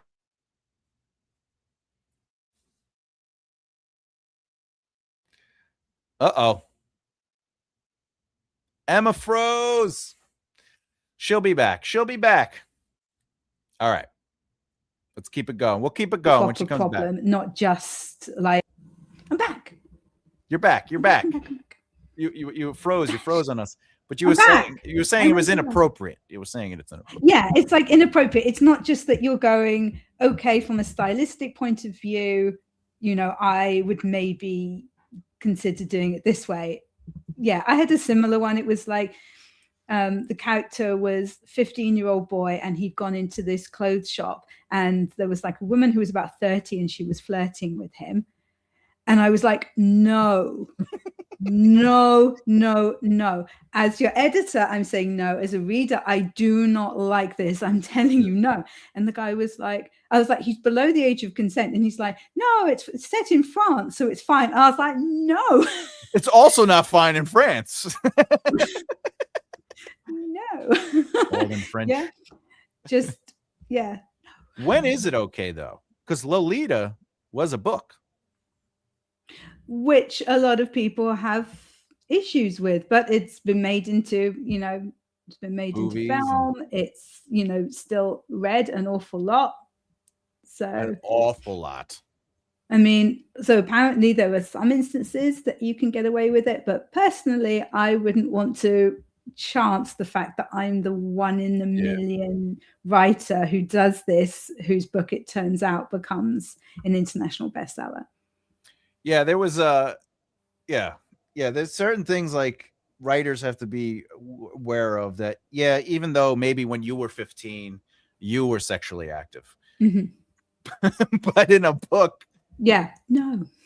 Yeah, even if it's like dark adult romance, erotica, no, especially not. No, that's worse. You just made it worse. Yeah, but like they try to justify. Yeah, but it's for an adult. No, it should not be for an adult audience. No, they can hug, they can kiss, they can be found naked post-coital, right? Because they do that, right? Where like kids get caught, and then the parents are like, "What are you doing?" And it becomes a thing. But you don't want to sit there and explain and describe the insanity. No, and like in the age difference thing, I think would still be like horrible. Pretty big. No. All right, let's see. We got the congrats. We got muhahaha. We got this is fun with Emma. It is. I would agree. I'm having loads of fun with the Emma. Hi everyone, Laura. Welcome to the show. Laura's everywhere. She is everywhere. I've known her forever.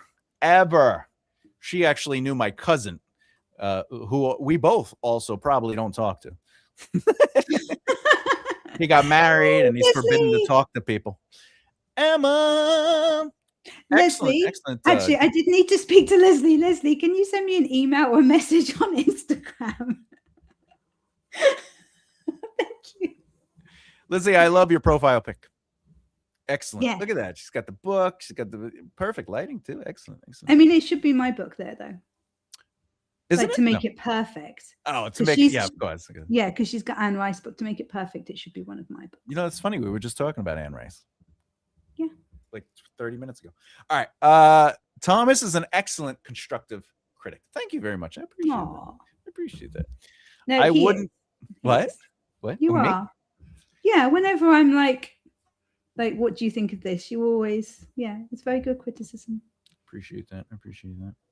I also send you like examples sometimes just to be like, look, you could go this way, you could go that way, and then it gets you thinking, and then you create your magic. There you go.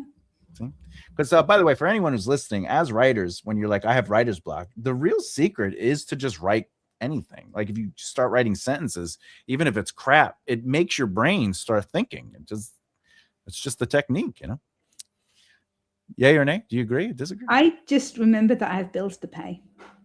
Like that does it for me. I'm like, oh, okay. The dogs need their season medication. That's fine. I got to get this book done. Yeah. I wouldn't want to work on my current story without his guidance. Ro, that means so much to me. I can't wait till we get back into it. And I hope you're continuing to work on those zero drafts. I'm proud of you, sir. Proud of you. Emma has frozen. Richard, let it go. Let it go. I'm back. It's over. We're fine. Sacre bleu. If Lolita was a new book, I doubt he'd get away. Probably today's climate. Absolutely. Not that it should have gotten away with when it came out, but less so now. The other thing though is like, if you read that book, are you bad? Are you wrong for reading that? I think art should be absorbed by anyone who's willing to absorb it. Mhm. But I also think it's the responsibility of the kind of art we do. But if I remember correctly, and I could be wrong on this, I can be wrong on this. And Emma, you could correct me, Can I? obviously. Thank you. Lolita was not written to explore or exploit the if anyone doesn't know, it's about a much older gentleman with a 13-year-old, right? She's 13. Is she that? Yeah, she might Yeah, even she's be young. that young. Yeah.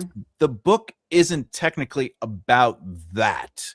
It's a commentary on something much darker that people ignore in society. And I think that's why the book ended up doing so well, Mhm. because it was touching into the zeitgeist of the time. Mhm. It's Yeah. just It's without just that. what everybody hangs on to, weirdly, is 13-year-old. Yeah, it's a hard movie to watch, I'll tell you that much. Nope. Oh yeah, see, she don't talk to Cousin Wayne. In fact, you joked at a networking event we were at, and that he was on his way, and I said, "Are you serious?" What if he's watching? He can't watch. He's not allowed to. His wife. He had to stop talking to me because of his wife. Because as per her words, he's very weird, and you shouldn't hang out with him. And then he said to her, "But your friend so and so is very weird." And she goes, "Yeah, but she's my friend." And I was like, "And you didn't stand up? I'm like your best friend." And he's like, sorry, I'm married." And I was like, Oh. all right. Oh, it's good knowing you. I did get a nice little message when I got cancer. He goes, "I hope everything's okay, bro." And that's Oh, well, so that was nice. He snuck that there in you without getting that sorted you out. whipped. How dare you speak to your cousin? I have writer's block often, and I second that advice. Just writing a bunch of gibberish seems to help for some reason. I have a couple of different docs just for rambling weird. It's because you're activating the thought process. It's why I brainstorm during when I it's why when I start my workday, I have a brainstorming 30 minutes. I just think about what I want to work on. I think about the things I want to work on. I write down other things that I feel I have to work on in the future. And that opens and wakes up my brain. That's why they say you should meditate, but that's my form of meditating, is just kind of thinking without physically doing anything, just thinking about my day. And it gets my brain going. A bit like morning pages is just about like dumping whatever out of your mind, isn't it? And kind of releasing that creativity. It's a similar kind of idea. Did you do that this morning? No. You didn't, because people have dream diaries. You didn't wake up and just rush out that dream, and because you never know. You could just create whatever it is. I don't know what you dream about. I'm just saying, you don't. No, of course. But you were just maybe sometimes if you have a strong enough dream, and you tell me if you have a strong, you can't write because it's just too much. It's just overwhelming. Or maybe it's not really anything, and you just wake up and get on with your day. Oh, well, that's also true. But as a writer, don't you dream a dream? A dream. No, that's my Les Mis. All right. It was amazing, obviously. I love that song, but I cannot sing that song. I'll just put that out there. You are weird, Thomas, and that's what makes you rad. First of all, I love that you use rad. Second of all, rad. We need to bring rad back. How can we do this? Have you ever seen the movie Rad about BMX biking? Fantastic. Why? I'm just trying to work out what possible scenario would lead to me watching a film Rad about BMX biking. I used to BMX ride. That's the only reason I connected. Look, you gotta have. That's the reason. Weirdly enough, I was not. So no. You sure? Yeah. Okay, fair enough. I wish story logic was an option in the polls. I never have the right option in Thomas's polls. There's never the right option for me. It's annoying. Well, why don't you send me polls? Because I can never think of them. All right, that's fair. If you want, we could actually jump on the poll since we're almost done. And also, because it's your poll and your idea, you should do it yourself. Yeah, but I am not opposed to people interacting. I have writer's block for my main characters, but listening today came up with an idea for another character's motivations. So working on that. Fantastic. Moving things forward. Oh, right on. Oh, he's talking about rad. Yeah. I use rad a lot. There's nothing wrong with that. Nothing wrong with that. I use nerd a lot, but as an acronym because I'm a never-ending radical dude. Let's get on with it. Right? Yeah. You like that, right? Writer's block is just doubt. Ignore your inner critic. Just write. Edit later. Are you referencing the video I made about your inner critic? Oh, look who's here. Your favorite person. Yay, Joanne. Hey. Hello. Wow. Cowabunga, dude. That was the turtles. That's right. I love the turtles. Possibly because of the pizza. Because of who? Shell. The pizza. Oh, the pizza. They're the world's most fearsome fighting team. Leonardo leads and Donatello does machines. Raphael's a real rude dude, and Michelangelo's a party.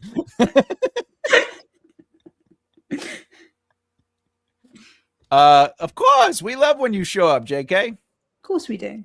Oh my God, when I say JK, it sounds like just kidding. Because that's like the shorthand for just kidding, JK. Mm-hmm. Yeah. Of course you're our favorite person, JK. but seriously. Hey JK. We love you. Also, happy Black History Month to all my fellow Black creatives and authors. You know what?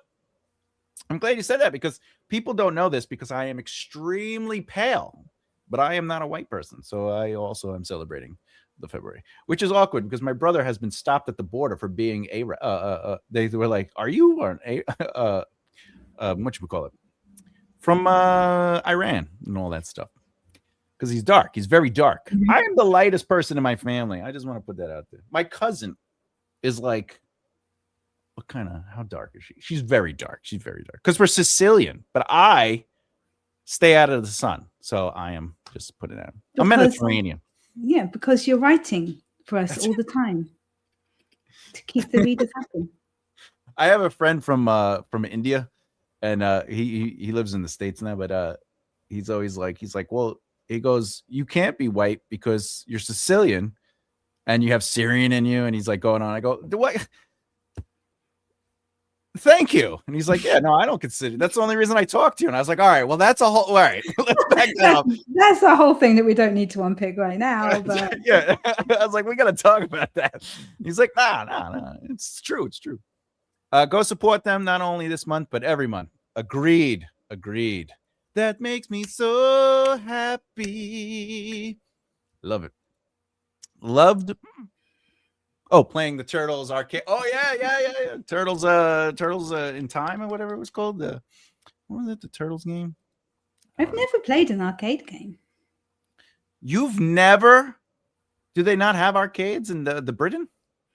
I guess, but I've never played a gaming one. Oh, that's definitely your loss. What is it? Oh, well, there's the Teenage Mutant Ninja Turtles, which was a game, but then there's the second one.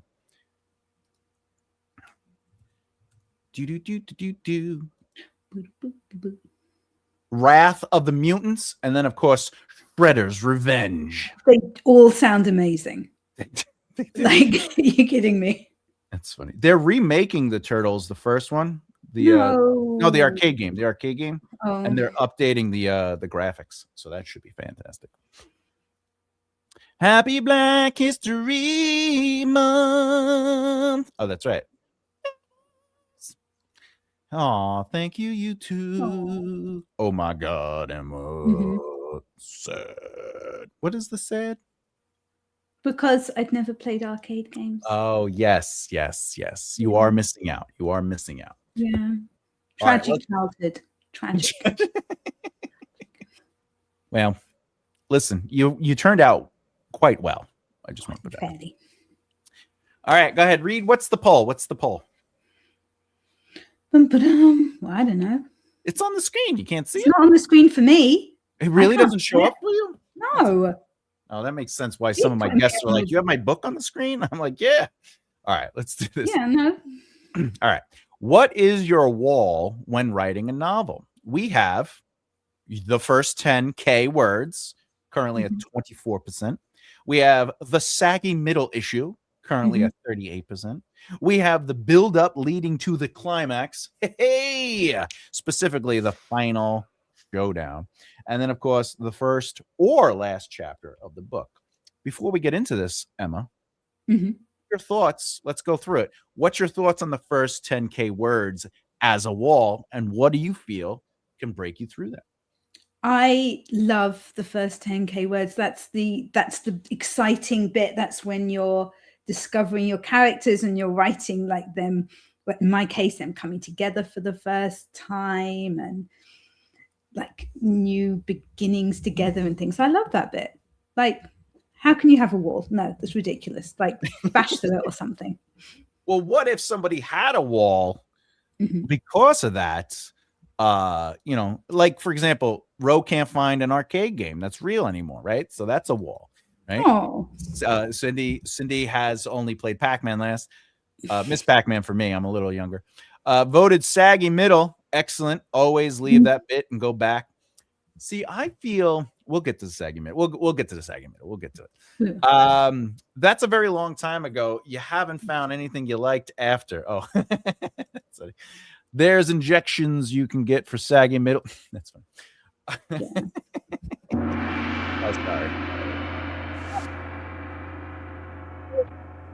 Because some people will write the first 10,000 words and then they're done. They can't get into the magic of it all. What do you think? Yeah, I think if in the first 10,000 words I was stuck, I'd probably be thinking, okay, I need to like go right back and think about this whole story, because to me there then isn't enough. Ooh. Yeah, Like there motivating isn't you, like- enough of a story if I'm struggling that early on with it. So I would want to go right back and go, okay, what are my characters' motivations? What are their flaws? What's their character arc going to be? And just see what is going on, what's causing that sticking point. You know what's interesting about that? That is one of the causes for saggy middle syndrome, because the focus is on making the first 10,000 of the first act so good Yeah. that by the time you get to the second act, you just want to get through it so you can get to the ending that you also because it's like, well, I've set them up, like I've got these fantastic characters, and now they just have to do the things. They just have things, and then we get to the end. Yeah, that's right. That's why I like to look at my acts, and you'll read it in the book, the 27 plot point hour. You'll read that I like to allow Act 1 to be its own narrative, Act 2 is its own narrative, and Act 3 is its own narrative. But they are basically, if you're writing a chapter and the chapter has 3 scenes, all 3 scenes still have to connect to the chapter's overall arc, even if they take place in different locations, right? So that's the way I look at Act 1, 2, and 3. Act 1, 2, and 3 are their own separate full arcs, but they all connect to the larger narrative theme. So that's what actually helps me get through the first 10,000 words, is I'm thinking about how am I writing a complete story in the first act. And then I will do that for where we go on to the sagging middle issue. I will continue to do that. Emma, what are your thoughts on the saggy middle issue? Saggy, yeah. Well, for me, when I hear saggy middle, it's that there's not enough happening. It's not interesting enough, is what I take from that, as opposed to my problem, which is that I just haven't thought through the story enough, and I don't know what is going to happen. But you outline, don't you? Don't you outline at least a little bit? Yeah. So kind of, I get bored. I have a notebook, and I start outlining, and you've seen I sent you a picture of my very, very important, vital piece of paper that had my dateline for my whole novel, which I hadn't even stapled in. I have actually now stapled it in so that I can't lose that. Excellent. But yeah, I get bored and I just start writing, and that's a very silly thing to do, which is why everybody should buy this book and follow. Thomas's advice. That's it. Yeah, so I guess it's a case of looking at your character arcs and what are you wanting them to achieve in this section of the book. What are they at the beginning of it? What do they need to be by the end of it in order for you to carry on to your ending? And what can you bring in to bring those two together? Excellent advice. The other thing you can do to add on to that, to piggyback, if you like do you like being piggybacked on or piggybacking on? I'm not answering that. That sounds. When you were a kid, you go do piggyback rides. All right. I'm tiny. I was never going to be the one giving them, was I? Just remember you said that. All right. So the saggy middle, one of the things that you could think about as a writer is the purpose of Act 2. Act 2 is set up to challenge all of the context that was set up in Act 1. So if you ever feel like Act 2 isn't really doing much, or it's a little lazy, or you want to kind of spice it up, go back to your Act 1 and look for what has been set up context-wise. What is the characters, the truth, the lie that they believe? What is the character struggling with? What is the character really good at? Right? So if you're writing a fantasy and they're good at sword fighting, now Act 2 gets to show them challenged. They are now fighting people that are better than them or just as good as them, right? Maybe they can't solve the problem of Act 2 with swords. They have to think outside the box. So one of the things that helps you get through the saggy middle issue is just to look at Act 1 and look at what you set up. And then you just challenge that by putting them in situations which either is the opposite of what they're good or bad at, or ways to see them grow. And that'll actually lead them over into Act 3. The other thing about Act 2, though, real quick, is that the first half of Act 2 is really exploring those challenges. And then the truth of the lie is revealed, which leads to the reversal. And then, as we all know, the second half of Act 2 is about finding a solution to the problem created in the midpoint conflict. Act 3 is about using that solution, whether it's going to work or not, to solve the problem that was created in the midpoint conflict. But couldn't the saggy middle actually be because there isn't enough in Act 1, there isn't enough conflict, there isn't enough set up? Yes, if Act 1 doesn't have enough context or setup, meaning we don't know enough about the characters or enough of the characters' positions or their skills, their flaws, their whatevers, aren't introduced in Act 1, it means that Act 1 just needs a little bit more effort in pulling things up. And you could also, by the way, challenge world building too. So if you're writing fantasy, romance, for example, and Emma's a romance expert, so you could tell me if I'm wrong on this. But if you're writing romance, what you're setting up with the world is really what establishes them within that world. So if they are in New York, the world building is establishing their foundation within that New York. So how do they live there? Are they living in the wealthy area, the poorer area, the middle area? Are they new to New York? Are they not new to New York? Believe it or not, that would be world building for them because they are discovering the world. So you can do that too. You could be like, here's New York. And then you could challenge New York. What they know about New York, you could say, so like, let's say they're from downtown New York, the which is basically the money area, but they have to go to the Bronx. Now that's what Act 2 is. You get to challenge their understanding of comfortability in Act 2. Wait, let's go to some of the comments before we, just in case we missed any spreadsheets. Ugh. All right. Ooh, Cindy, thank you so very much. Ooh. Woo, you are the best. Oh, I did buy it. Yeah, it arrived on Monday. That's right. Yeah, I'm glad you're a third through it. I hope you're enjoying it. It goes with me everywhere. So when I'm writing, I have a reference for that. That's so nice. That just hit my heart. Oh, look, Your we got heart's on something the other side, isn't it? Oh no. Okay, ignore me. It is. It's popping out the other side. Characters' internal change should begin within the middle, and I feel like that's what makes it difficult for me. Does that make sense? The internal change can begin whenever you want. I don't know if you know that.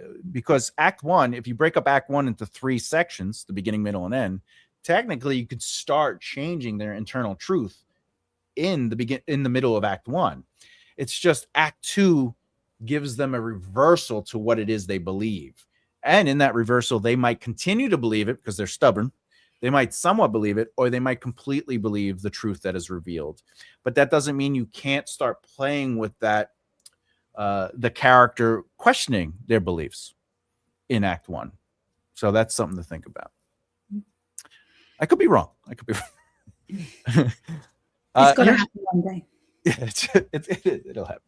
Usually I don't want it to be a drastic change. Excellent. That's a good idea. So finding ways to make subtle changes sometimes stumps me. I will say this, Sean.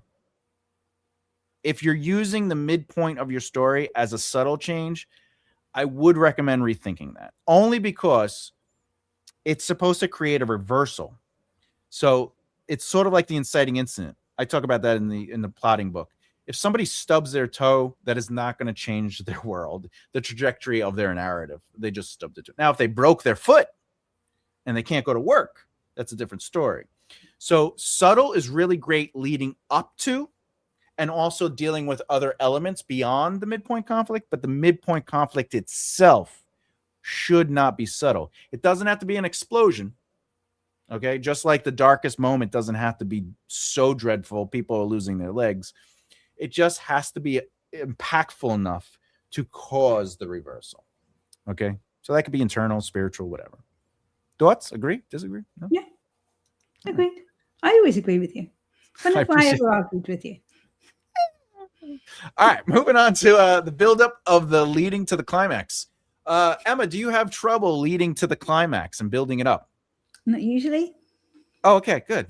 And how do you get to that? How do you get to your climax? In your own. No, I think that doesn't tend to be a problem in my stories for me, because by the time I've got to that point with my characters, they've kind of like they've taken off, like their relationship's taken off, and I know where it's going to go. And I always know where it's going to end anyway, because as we know, a romance has to have a happily ever after. Can you have a happily ever after with a death? Who's dying? Well, I don't know. I'm just death in general. So in one of my books, there's a death in the prologue. Oh, I'm talking about the ending. Yeah, but so I mean, I guess you could. I probably wouldn't, because death is a little bit of a downer. Is P.S. I Love You a romance, or is that a love story? What happens at the end of that one? She doesn't end up with anyone. It's just hinted that she might end up with the guy she slept with in the middle of the book. Oh no, that's not a romance. Like because her husband dies in that book. Yes, it's not a romance. Interesting. It's romantic fiction. Ah, okay, all right. It's not a romance. Not same as like Nicholas Sparks books. Most of them aren't romances. The Notebook, is that a romance? Because I cried hard at the end of that, but it was because I was so happy that they died together, and they get to go into the. I don't want to talk. I really cried. I'm like, what is happening to me? Why? Stupid movie. I didn't know what's going on. I thought I broke or something. I was like, why can't I stop crying? Well, they've had their happily ever after in that they're together for as long as they're alive, but they're not actually. There's a sad ending to the book, so it's not a romance. Okay, all right. So no death, no sadness. That's important, just for everybody who's writing a romance. Remember that. Yeah, just. Both my characters die in the first book, and they had their happily ever after. First of all, don't say what book it is, because we don't want to give away the ending of one of your books. Because were they happy to be dead in that case? Oh, wait. I think I know. Are they vampires or something? Yeah. Oh, there we go. You. You nearly got there. No. So, all right, but what about if you were having trouble getting to the climax? How do you figure it out? How do you play with it in the right way to make sure the climax comes through? You're doing this on purpose. What are you talking about? And yes, they are vampires. I knew it. So it would be, again, it's going back. For me, it's always going back as far as you need to in order to be able to see what's going wrong. Something that I also have to do with any of my craft projects, because I'm not very good at any of my craft projects. But it's just going back and seeing, okay, where has something gone awry, so that I am stuck at this point, so that there's not enough for me to finish. So you're always going, if you feel like you're not, by the way, we were saying goodbye to Ro is leaving. Yeah. What you're saying is, if you don't have the fuel to get you across the finish line. Yeah. What is missing from earlier in the story to give you it that push so that you can finish. I like that. And sometimes you might go back to find it and realize it was always there, but it reinvigorates you. Yeah, it reinvigorates, or maybe you knew it was there, but it wasn't strong enough and you need to bring it out more. Oh, yes. That is a very good note. Remember, sometimes it's not that it's not there, it's just not pronounced. Yeah. You know, and you got to kind of go deeper, not wider. Yeah, if you can, it's more about deeper, because that's really how you get to the depth of it. You know, you get into the internal truth of what's going on. The wider, sometimes it's a pain to fix that. All right. Who's annoyed at me? Yeah.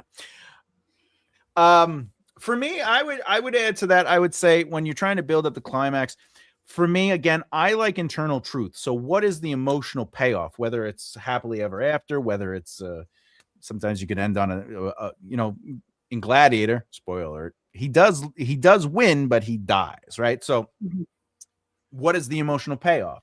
So one of the things you could do as a writer is, and I always tell people to go watch movies or television, because it helps with the quickness of the narrative instead of reading 6,000 words. To be like, well, what is the nuance? You could do it in 3 minutes, watch movies and take notes and study what is ultimately happening in the climax, and how is the emotional payoff of that narrative being presented in that beat. And that sometimes will help you figure out what needs to happen or what shouldn't happen, which is fun. I don't think Paris agrees. Paris is like, why aren't we making him pizza right now? That's what I'm just saying. Oh, we got some. With the build-up, there is the expected low point, Dark Night of the Soul. Oh, that's the Save the Cat, right? Or Hero's Journey. Where in the romance genre is usually a breakup? I'm curious to hear how you both subvert or work around this expectation. I like that question. You first, Emma. I'm going to take it off the screen so you can see us, but Paris is being too noisy. I can't hear you. All right. So the question. Paris, shush. All right. I'm going to actually pull up the screen. I'm going to show you how I look at it. Boop. Boop. This is my favorite part of the show, by the way, is doing this. Oh. All right. So if we look at this blown up, all right, you're talking about what is the Dark Night. Okay. In this, it is the darkest moment, which would be all the way over here at the beginning of Act 3. It's the last beat of the beginning of Act 3, and we call this the darkest moment, or a final major plot twist or pinch, which leads to the darkest moment, and success feels incomprehensible. So this is where the characters would potentially break up. Okay. Now, if you've ever read or seen a romantic film, you would know, what does the character that got broken up with do? They find that they first sulk in their sadness. I can't believe we broke up. Right? They do that. They go, what is wrong with me? And then they go, wait a minute. I love this person, so I have to do something about this. And they'll either be talking to their best friend or they'll be going through like pictures, or they'll maybe they're at the beach and they see like an old couple and they're like, whatever the case is. That could be us if we were old. That's right. If we were old, but we're still young. We're like 20. We're so young. So that, keep in mind though, the next beat after the darkest moment of being broken up with, is ultimately, it's an emotional internal truth that builds, where they then become motivated to take action, which is Billy Crystal runs and says to Meg Ryan, I love you. We're perfect. When I wake up in the morning, I think of you. When I'm angry, I think of you. And then she's like, I hate you. I hate you. And then they kiss at midnight. It's so gorgeous. All right. To be fair, I will add one other note. You can do the breakup at plot point 20, which is it's the second major plot twist in the story. And this is an unexpected event. And so now you get 2 beats to play with the emotional truth of it. So the unexpected event is, oh, they broke up with me. And then you could sit in that breakup in the next plot beat. So it sounds so depressing. You can sit in the breakup. Sit in the breakup. Just sit in it, like really wallow. Yeah. I'm liking this breakup. But that's how I would approach it and I would look at it. Because again, you know, the third act is basically you have to set up the failure, then the fight to succeed, and then the third part or the ending of your third draft is the victory. There's a fight, there's a climax, and the resolution, or the denouement. Denouement. What are your thoughts on that? I'll put the question up again so you can see it. Yeah. So, how would you subvert it or work around? Why would I? Would be what I would say. This is how stories are made. Stories have ups and downs. They have arcs. This is what makes stories. It's what has made stories for thousands of years across different cultures. They have grown the same. It's how stories work. Why on earth would I not want that? What would you do instead? How would you bring excitement to the final act unless you had something happen that rocks the world, and that in the case of a romance has to be solved by the end of the book? What if, and hear me out, instead of a breakup, let's say the whole story they haven't been together, but they have been flirting, they've been dating, they definitely did the kiss, they may have slept together, whatever the case is, but they're not necessarily making the big move. The darkest moment is not necessarily between them because they want to be together. But here's a very generic example. The dream job, or I got to go, across the pond to my dream job. I want to be with you, but I've been my whole life. I've wanted to be, a botanist or whatever. Or it could be a thing where maybe they're in their 20s and a parent dies and one of the characters has to go take care of the other parent that's alive. So they feel they don't have. So act 3 begins with, I have to take care of my mother or whatever. And I don't have the time. She has dementia or whatever. So like the reason they can't be together isn't necessarily that they broke up. They want to be together. But why would why would you have 2 acts leading up to that with nothing keeping them apart? Like, what's happened for the 2 acts if they're all together for 2 acts and then something happens? No, it's not that they are together. They haven't made the commitment. They haven't but there's nothing keeping them apart. They're just like, oh, well, act 3 is usually where the breakup happens. So she's asking what's the subversion for that? Not necessarily. Obviously, there could be things, we can Ben Stiller it all day, and be like, I mean, it would be coming a little out of the blue. Oh, well, I mean, is what it feels like. Well, if the father dies, that could be in act 2. The father is sick. The mother also has dementia. Like that could be established in act 1, played with in act 2, and then finally the father passes away in act 3. And there would have to be a reason why the other person couldn't go with them, if they needed to move somewhere. But it could be that the character themselves is choosing not to put time into it because they're like, it's not right. They have the conflict in their mind that if I don't give everything to my mother who has dementia, I'm not doing right by her. But then it turns out, wait a minute, we can do this together. Like that would be the resolve in Act 3. Yeah. It's like we could But do that this. is like the dark night of the soul is them. Yeah, like, but that's the subversion of the breakup. I think that unless I'm misreading because she's asking how do you subvert the breakup? Because it doesn't always have to be a breakup. No, I get it. No, it doesn't always have to. By breakup, I'm taking that to be a reason that they can't be together. Oh, okay. Yeah, so not necessarily, because like often my characters aren't actually together at that point in a book. Yeah. Yeah. That was my autism. So I'm taking it to mean a reason why they can't be together. That's fair. Because they might not be together at that point in the book. Yeah. Again, my autism led breakup.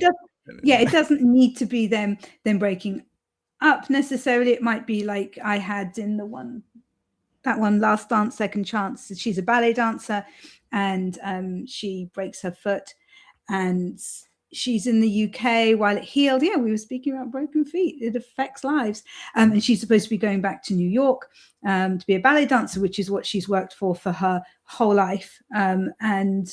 So she leaves the guy that she has got together with. So. Yeah. So that is the dark night of the soul, in that she's having to stick by her resolve that her career is the most important thing in her life. That's what she's worked towards since she was a child. It's what she's always wanted. And she goes, but of course they work out a way then that they can be together, and she still gets to do the dancing. Now, is it because the guy has a beard, long hair, and is a metalhead, or is it? It makes sense. Can you say the title of your book again, please? That one, Last Dance, Second Chance, which I don't like. It used to. I shouldn't say that on here. Actually, I named it Center Stage, which I really like. That's pretty sexy. I really liked Center Stage, but it was changed, and I've never liked it. Try saying it 3 times. It has a nice rhythm to it, though. Like Last Chance. What does it say? What is it? Last Chance. Last Dance, Second Chance. Yeah, Last Dance, Second Chance. Come on, that's cute. Yeah, but you say it chance. I say it chance. Oh, chance. Yeah. Well, I have an accent. I say water. I say coffee. I say get in the car. It's terrible. How do you say water?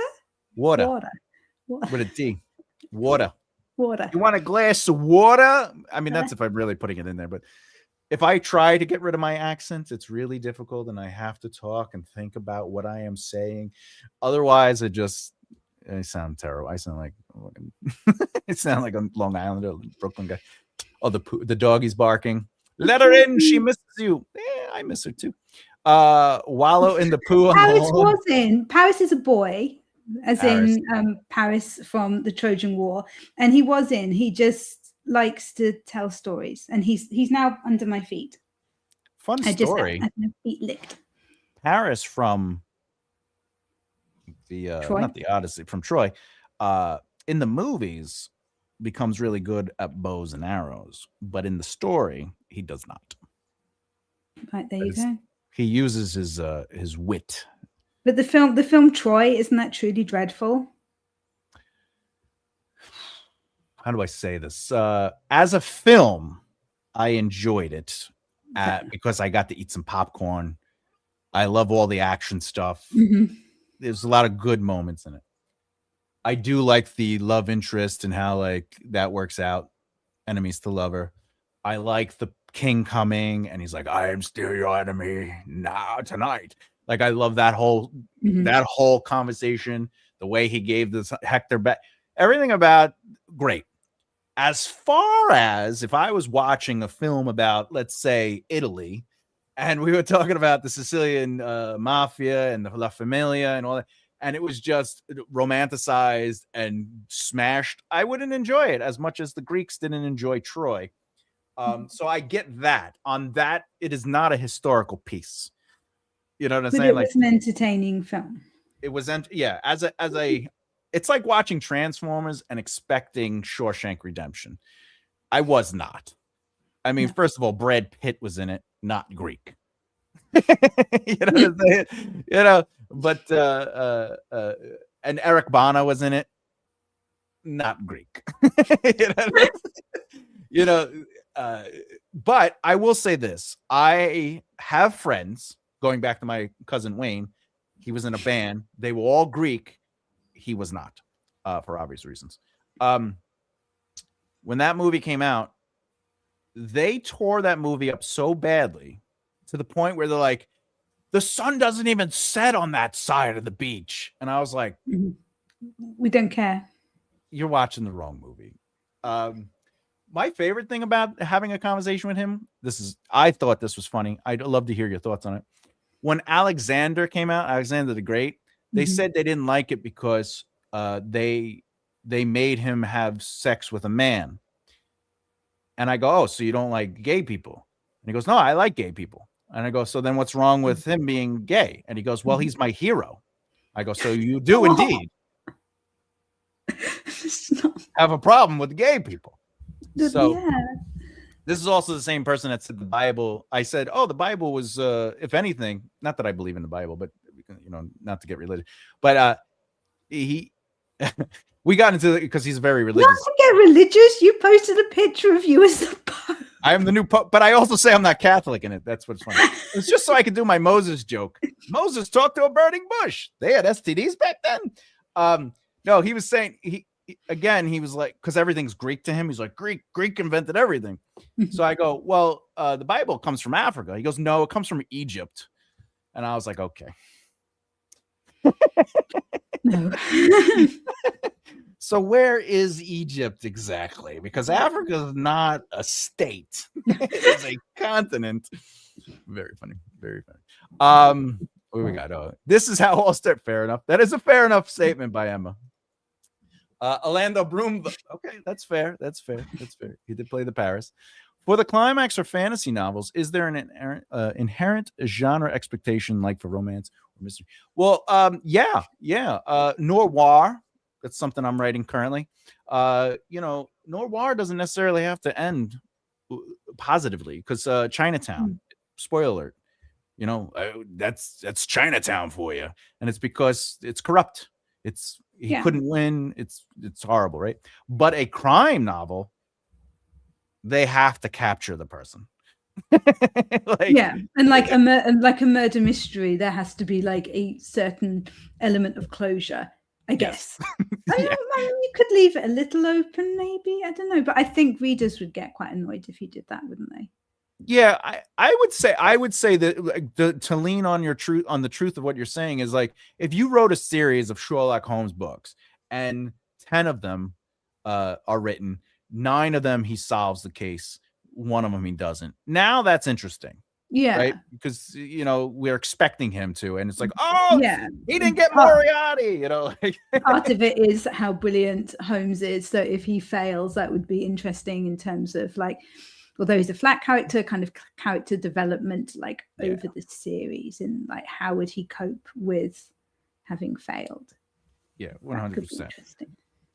As far as like fantasy though and stuff like that, the genre expectations are world building, some sort of magic system, whether that magic system is a form of science, because technology would be magic in fantasy. You would need those things, but yeah, right. Like that's pretty much. Yeah.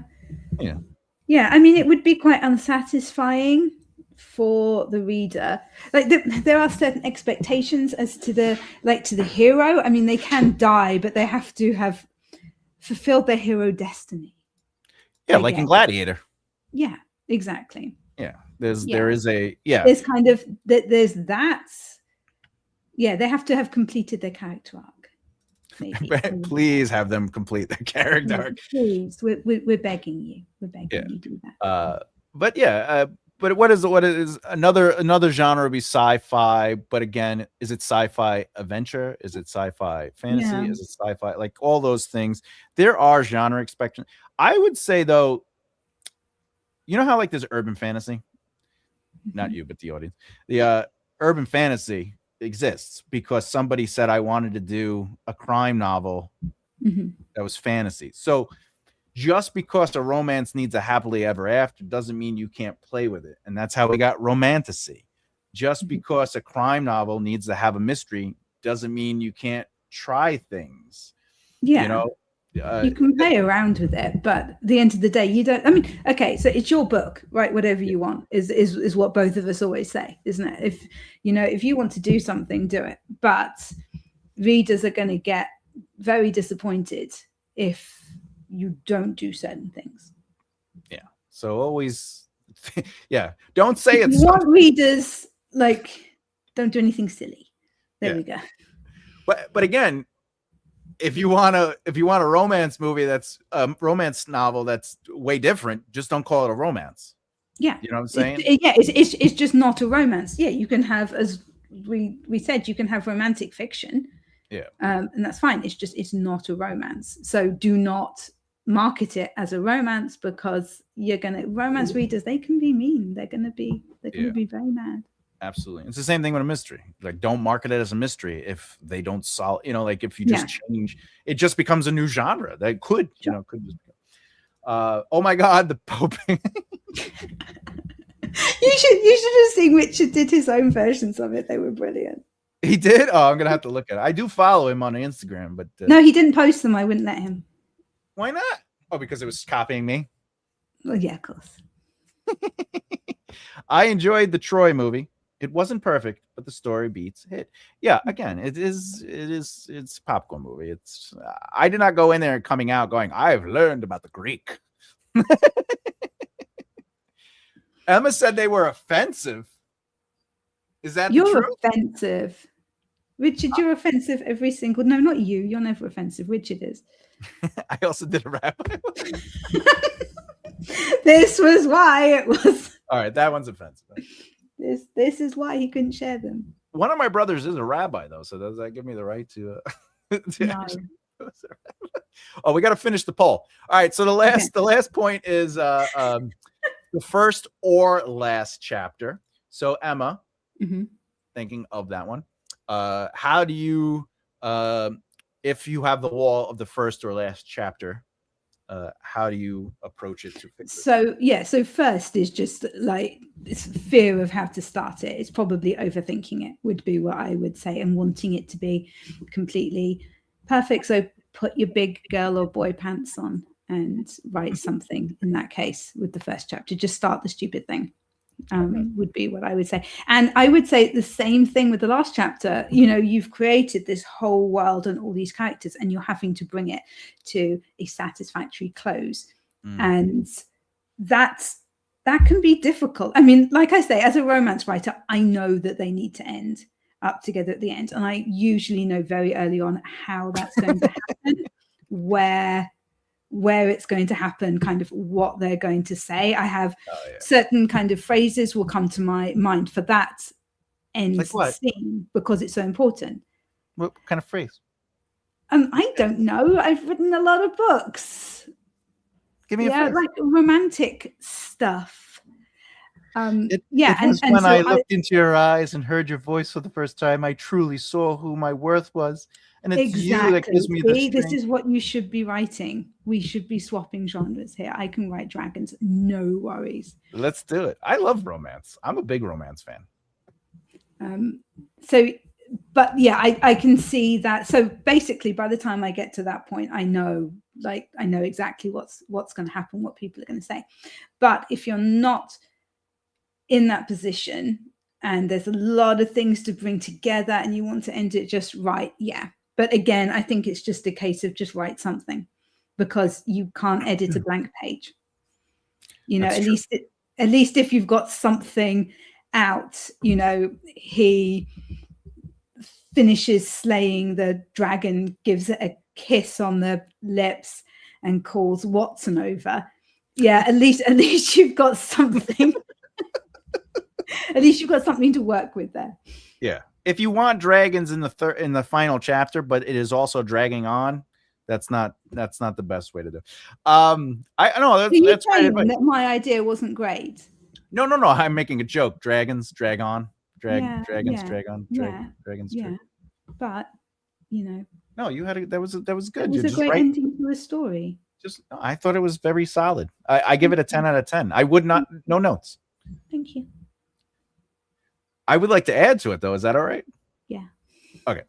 All right. So when it comes to a first chapter, I actually approach every chapter with the same mentality. What is the core narrative purpose of that chapter?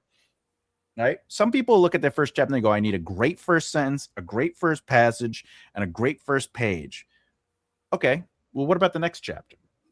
You still need a great first sentence, a great first paragraph, a great first page, right? So approach your first chapter the same way you approach your last chapter, like you would approach all your chapters. You need to know what the purpose is. Even if you're pantsing, what is the opening goal to succeed towards the end of the chapter? Yes, you could leave things unresolved, absolutely, but something must be resolved within a chapter, whether it's the narrative arc itself, the central character, the central arc, the central conflict, or if it is a character arc, but something needs to move slightly forward or more forward. It doesn't always have to be the same thing. However, you need to know that, and that's what'll help you write a first chapter or a last chapter or any chapter, is just having an understanding of what needs to be put there. That's my thoughts on that. Good. Okay. All right. We're going to end the poll. We have 38% on saggy middle issue. Apparently, that's everybody's jumping on that. Yeah. You know what's funny? I don't have a choice for this one. I normally have a choice. What about you, Thomas? I know. It doesn't matter. It doesn't matter that. But so you just don't struggle with anything. I struggle. I do have a struggle, but not with when it comes. If it has to do with writing, or because I do so much outlining. The issues that I would run into during the writing process. Yes, that's what. Yeah. It's because I do that outlining. Yeah. That when I am writing the prose, my issue comes down to, is this too immersive? Is it becoming description for description?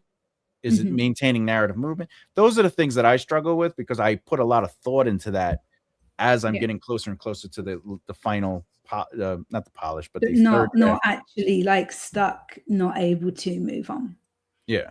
Because the first 10,000 words for me might actually be 3,000 words in essence, because the zero draft, and it's just me going, this happens and this happens and this happens, right? So I can look at it and be like, well, it has a beginning, middle, that's stuff that happens.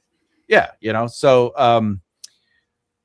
I think if I did write 10,000 words, though, I would have the issue, because where is it going? What am I writing? How is it playing out? Then I got to read over it. Is it even good? And I think that's where I fail, because I'm always bothering you about that. I'm like, this isn't good. But I'm talking about the writing, like the prose. And I'm like, this ain't good.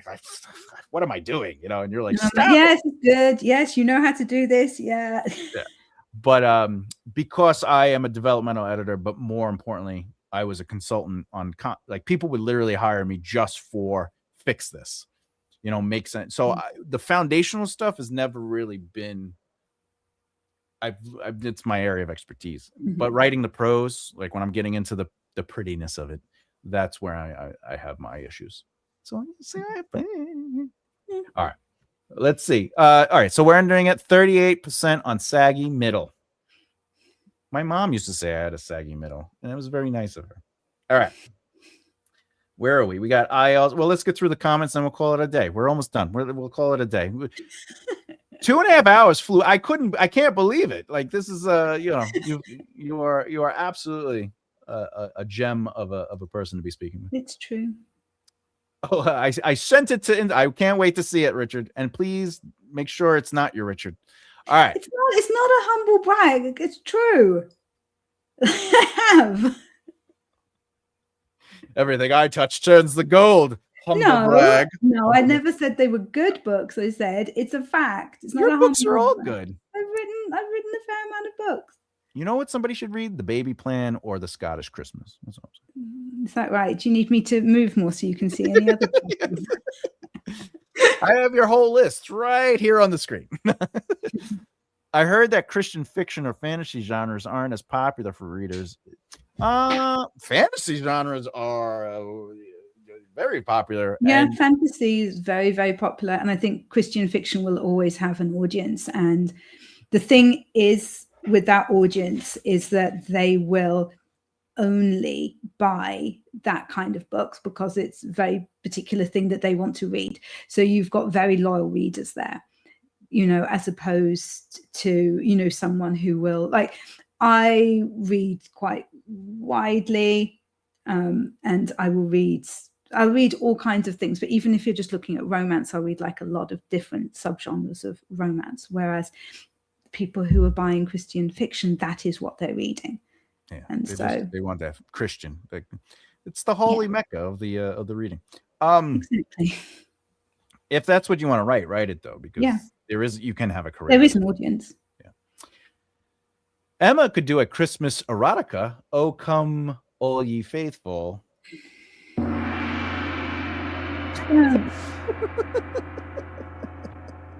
Can you hear the gong when I hit it? Yes. All right, good. Good. A dragon in drag. That would be amazing. I mean, they did that once before, didn't they? Oh no, that was Shrek. All right, mine is story logic. Story logic.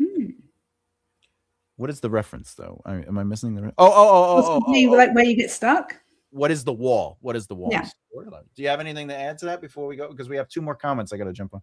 2 more, only 2 more. Oh, nearly at the end. No, yeah, I can see that you're wanting to make sure that everything kind of comes together, and that can be a bit overwhelming. Yeah, you know what could help with that? What? An outlining book. That's right. This particular outlining book. This one, yeah. Would you say from what you read though, does it feel like you should outline, or does it feel like it's explaining what narrative is and narrative and how to basically look at narrative? I think that it is. No, it's not. It's explaining how to outline. It is not a how to write book. It is a how to plan what you're going to write book. There we go. No, what I'm saying is it because I purposely tried to make it where it's not like you need to outline. I made it more like if you're not an outliner, this will just help you understand what. It will help you to understand story structure, which, you know, I strongly believe is something that we all inherently know, but sometimes we need to actually stop and think about it. Yeah. And we can look at it and you break it down. What I do like is that you break it down into more sections than like Save the Cat, which I think makes it easier to see and the connections between them. Yes. And like I said earlier, like I look at Act 1, 2, and 3 as their separate narratives. It shows how to look at each. It basically takes the macro idea that you have and shows you how to look at the micro of it. And you like that, huh? You like that, huh? Nice. That dream diary is going to be filled. All right. Let's get to the I don't have a choice for this one either. Oh, because you must only write like Christian. That's fine. There's nothing wrong with that. It is past tea time. With that, Emma, thank you so much for joining us today. Thank you for having me so that I would be able to fulfill my resolution, my goal for the new year, to be on a certain number of channels and podcasts. Well, we're going to get you on again. You're going to do a video with me, right? We're going to do a pre-record video and get that up. Yeah. So that should and you're going to come on my channel and talk about your outlining method, and I can complain about anything that I don't like. All right. Fair enough. Please don't tell me in advance. I want to hear it, like, so you could see my reactions. Yeah, absolutely. No, there will be no spoilers. I'll just be going, what on earth? And you'll be like, inciting incident. Yeah. What? Who needs one of those? Resolve the story? No. Not on my watch. Not on my watch. That's really funny. That was fun. Yeah, we had a lot of fun. And will there be a Audible? There might be. It depends. I'm a little uncomfortable with Audible because of what they're doing to the writers and the authors. My other book, the Foundation for Success. You haven't got it there? It's done, but but you were looking around. Oh no, I have it. It's right here. Yeah. I just didn't want to go. Lazy. There we go. See? This book, it's up there. That book is done, but I just didn't put it up because I even though I'm a small time author, I still want to sort of I don't know. It's my what do you call it? When you stand up for something, it's my what do you call it? You know, when you go and you protest stuff. I'm protesting. Right. Okay. Advocate. I'm an activist. Right. Okay. So you don't. Yeah. I'm glad you had a lot of fun. I had a lot of fun with Emma here, and we're going to continue to collaborate as much as we can throughout the year, because why not? You know, whenever she wants me or needs me on her show or whatever, I'm there.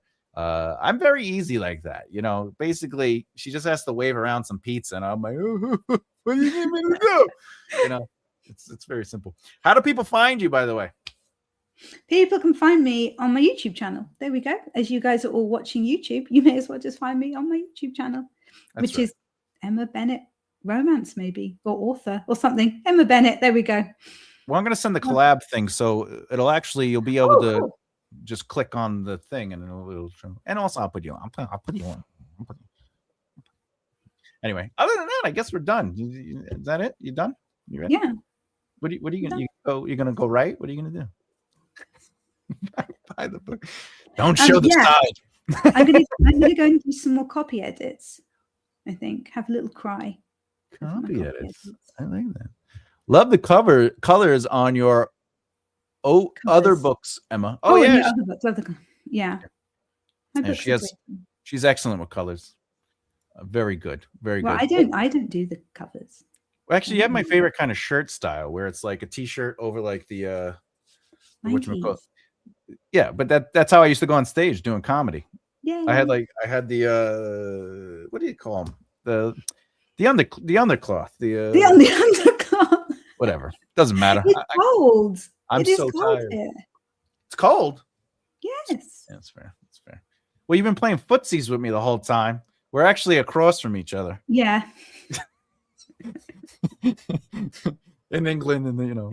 That would be brilliant, wouldn't it? If it just before the end, if you just kind of did a thing. I just came in. Oh my god, that would be amazing. That would be so funny. Yeah, if you just did a different camera angle and it was like us. That's really funny. Oh, we got some I'm glad you had fun, Malos, but Emma, you're getting a request. Buy Thomas's stuff. Also, buy Carla's son's book. Oh yeah, we need to buy. Already. Just do it. All right, everybody, that's about it. You know, do you want to do the call? Do you know what the call, the goodbye is, or you don't watch it? No, you want to do it. They'll be disappointed if I do it. I do it all the time. Yeah, you but don't like you when do I do whole, it? What do I do? You do the face and everything. You do it. What do I say? You just I don't remember what you say, but you'd say something. I knew it. What is it? This is going to drive me mad now. You say, oh, what is it? Does anybody know? Tell her in the comments. Somebody help me. What is it? What do you say? And then we can go. We can get out of here. We got to do the calls. We got to do the call out. It's something about the right mindset, isn't it? It might be. I don't know. I don't think what anyone do you mean? Knows. Why do I even say it? I should just give up. No. It's good. I can visualize you doing it. Yeah. I just can't think what the words are. I'll give you a hint. It starts with my name.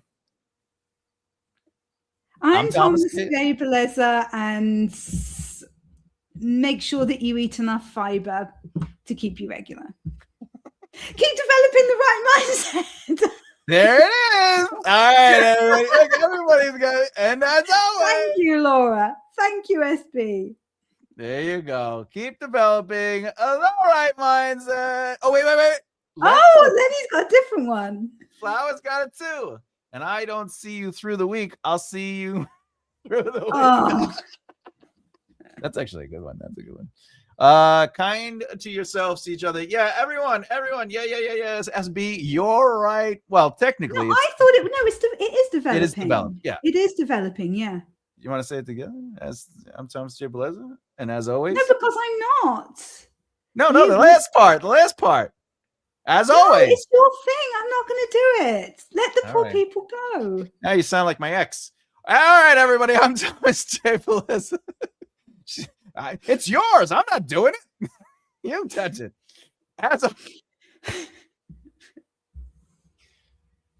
I'm Thomas J. Bellezza. Sorry, everyone. I'm so sorry. I feel partly responsible. That's all right. No one's judging you. All right, that's it. We're I'm done. judging me.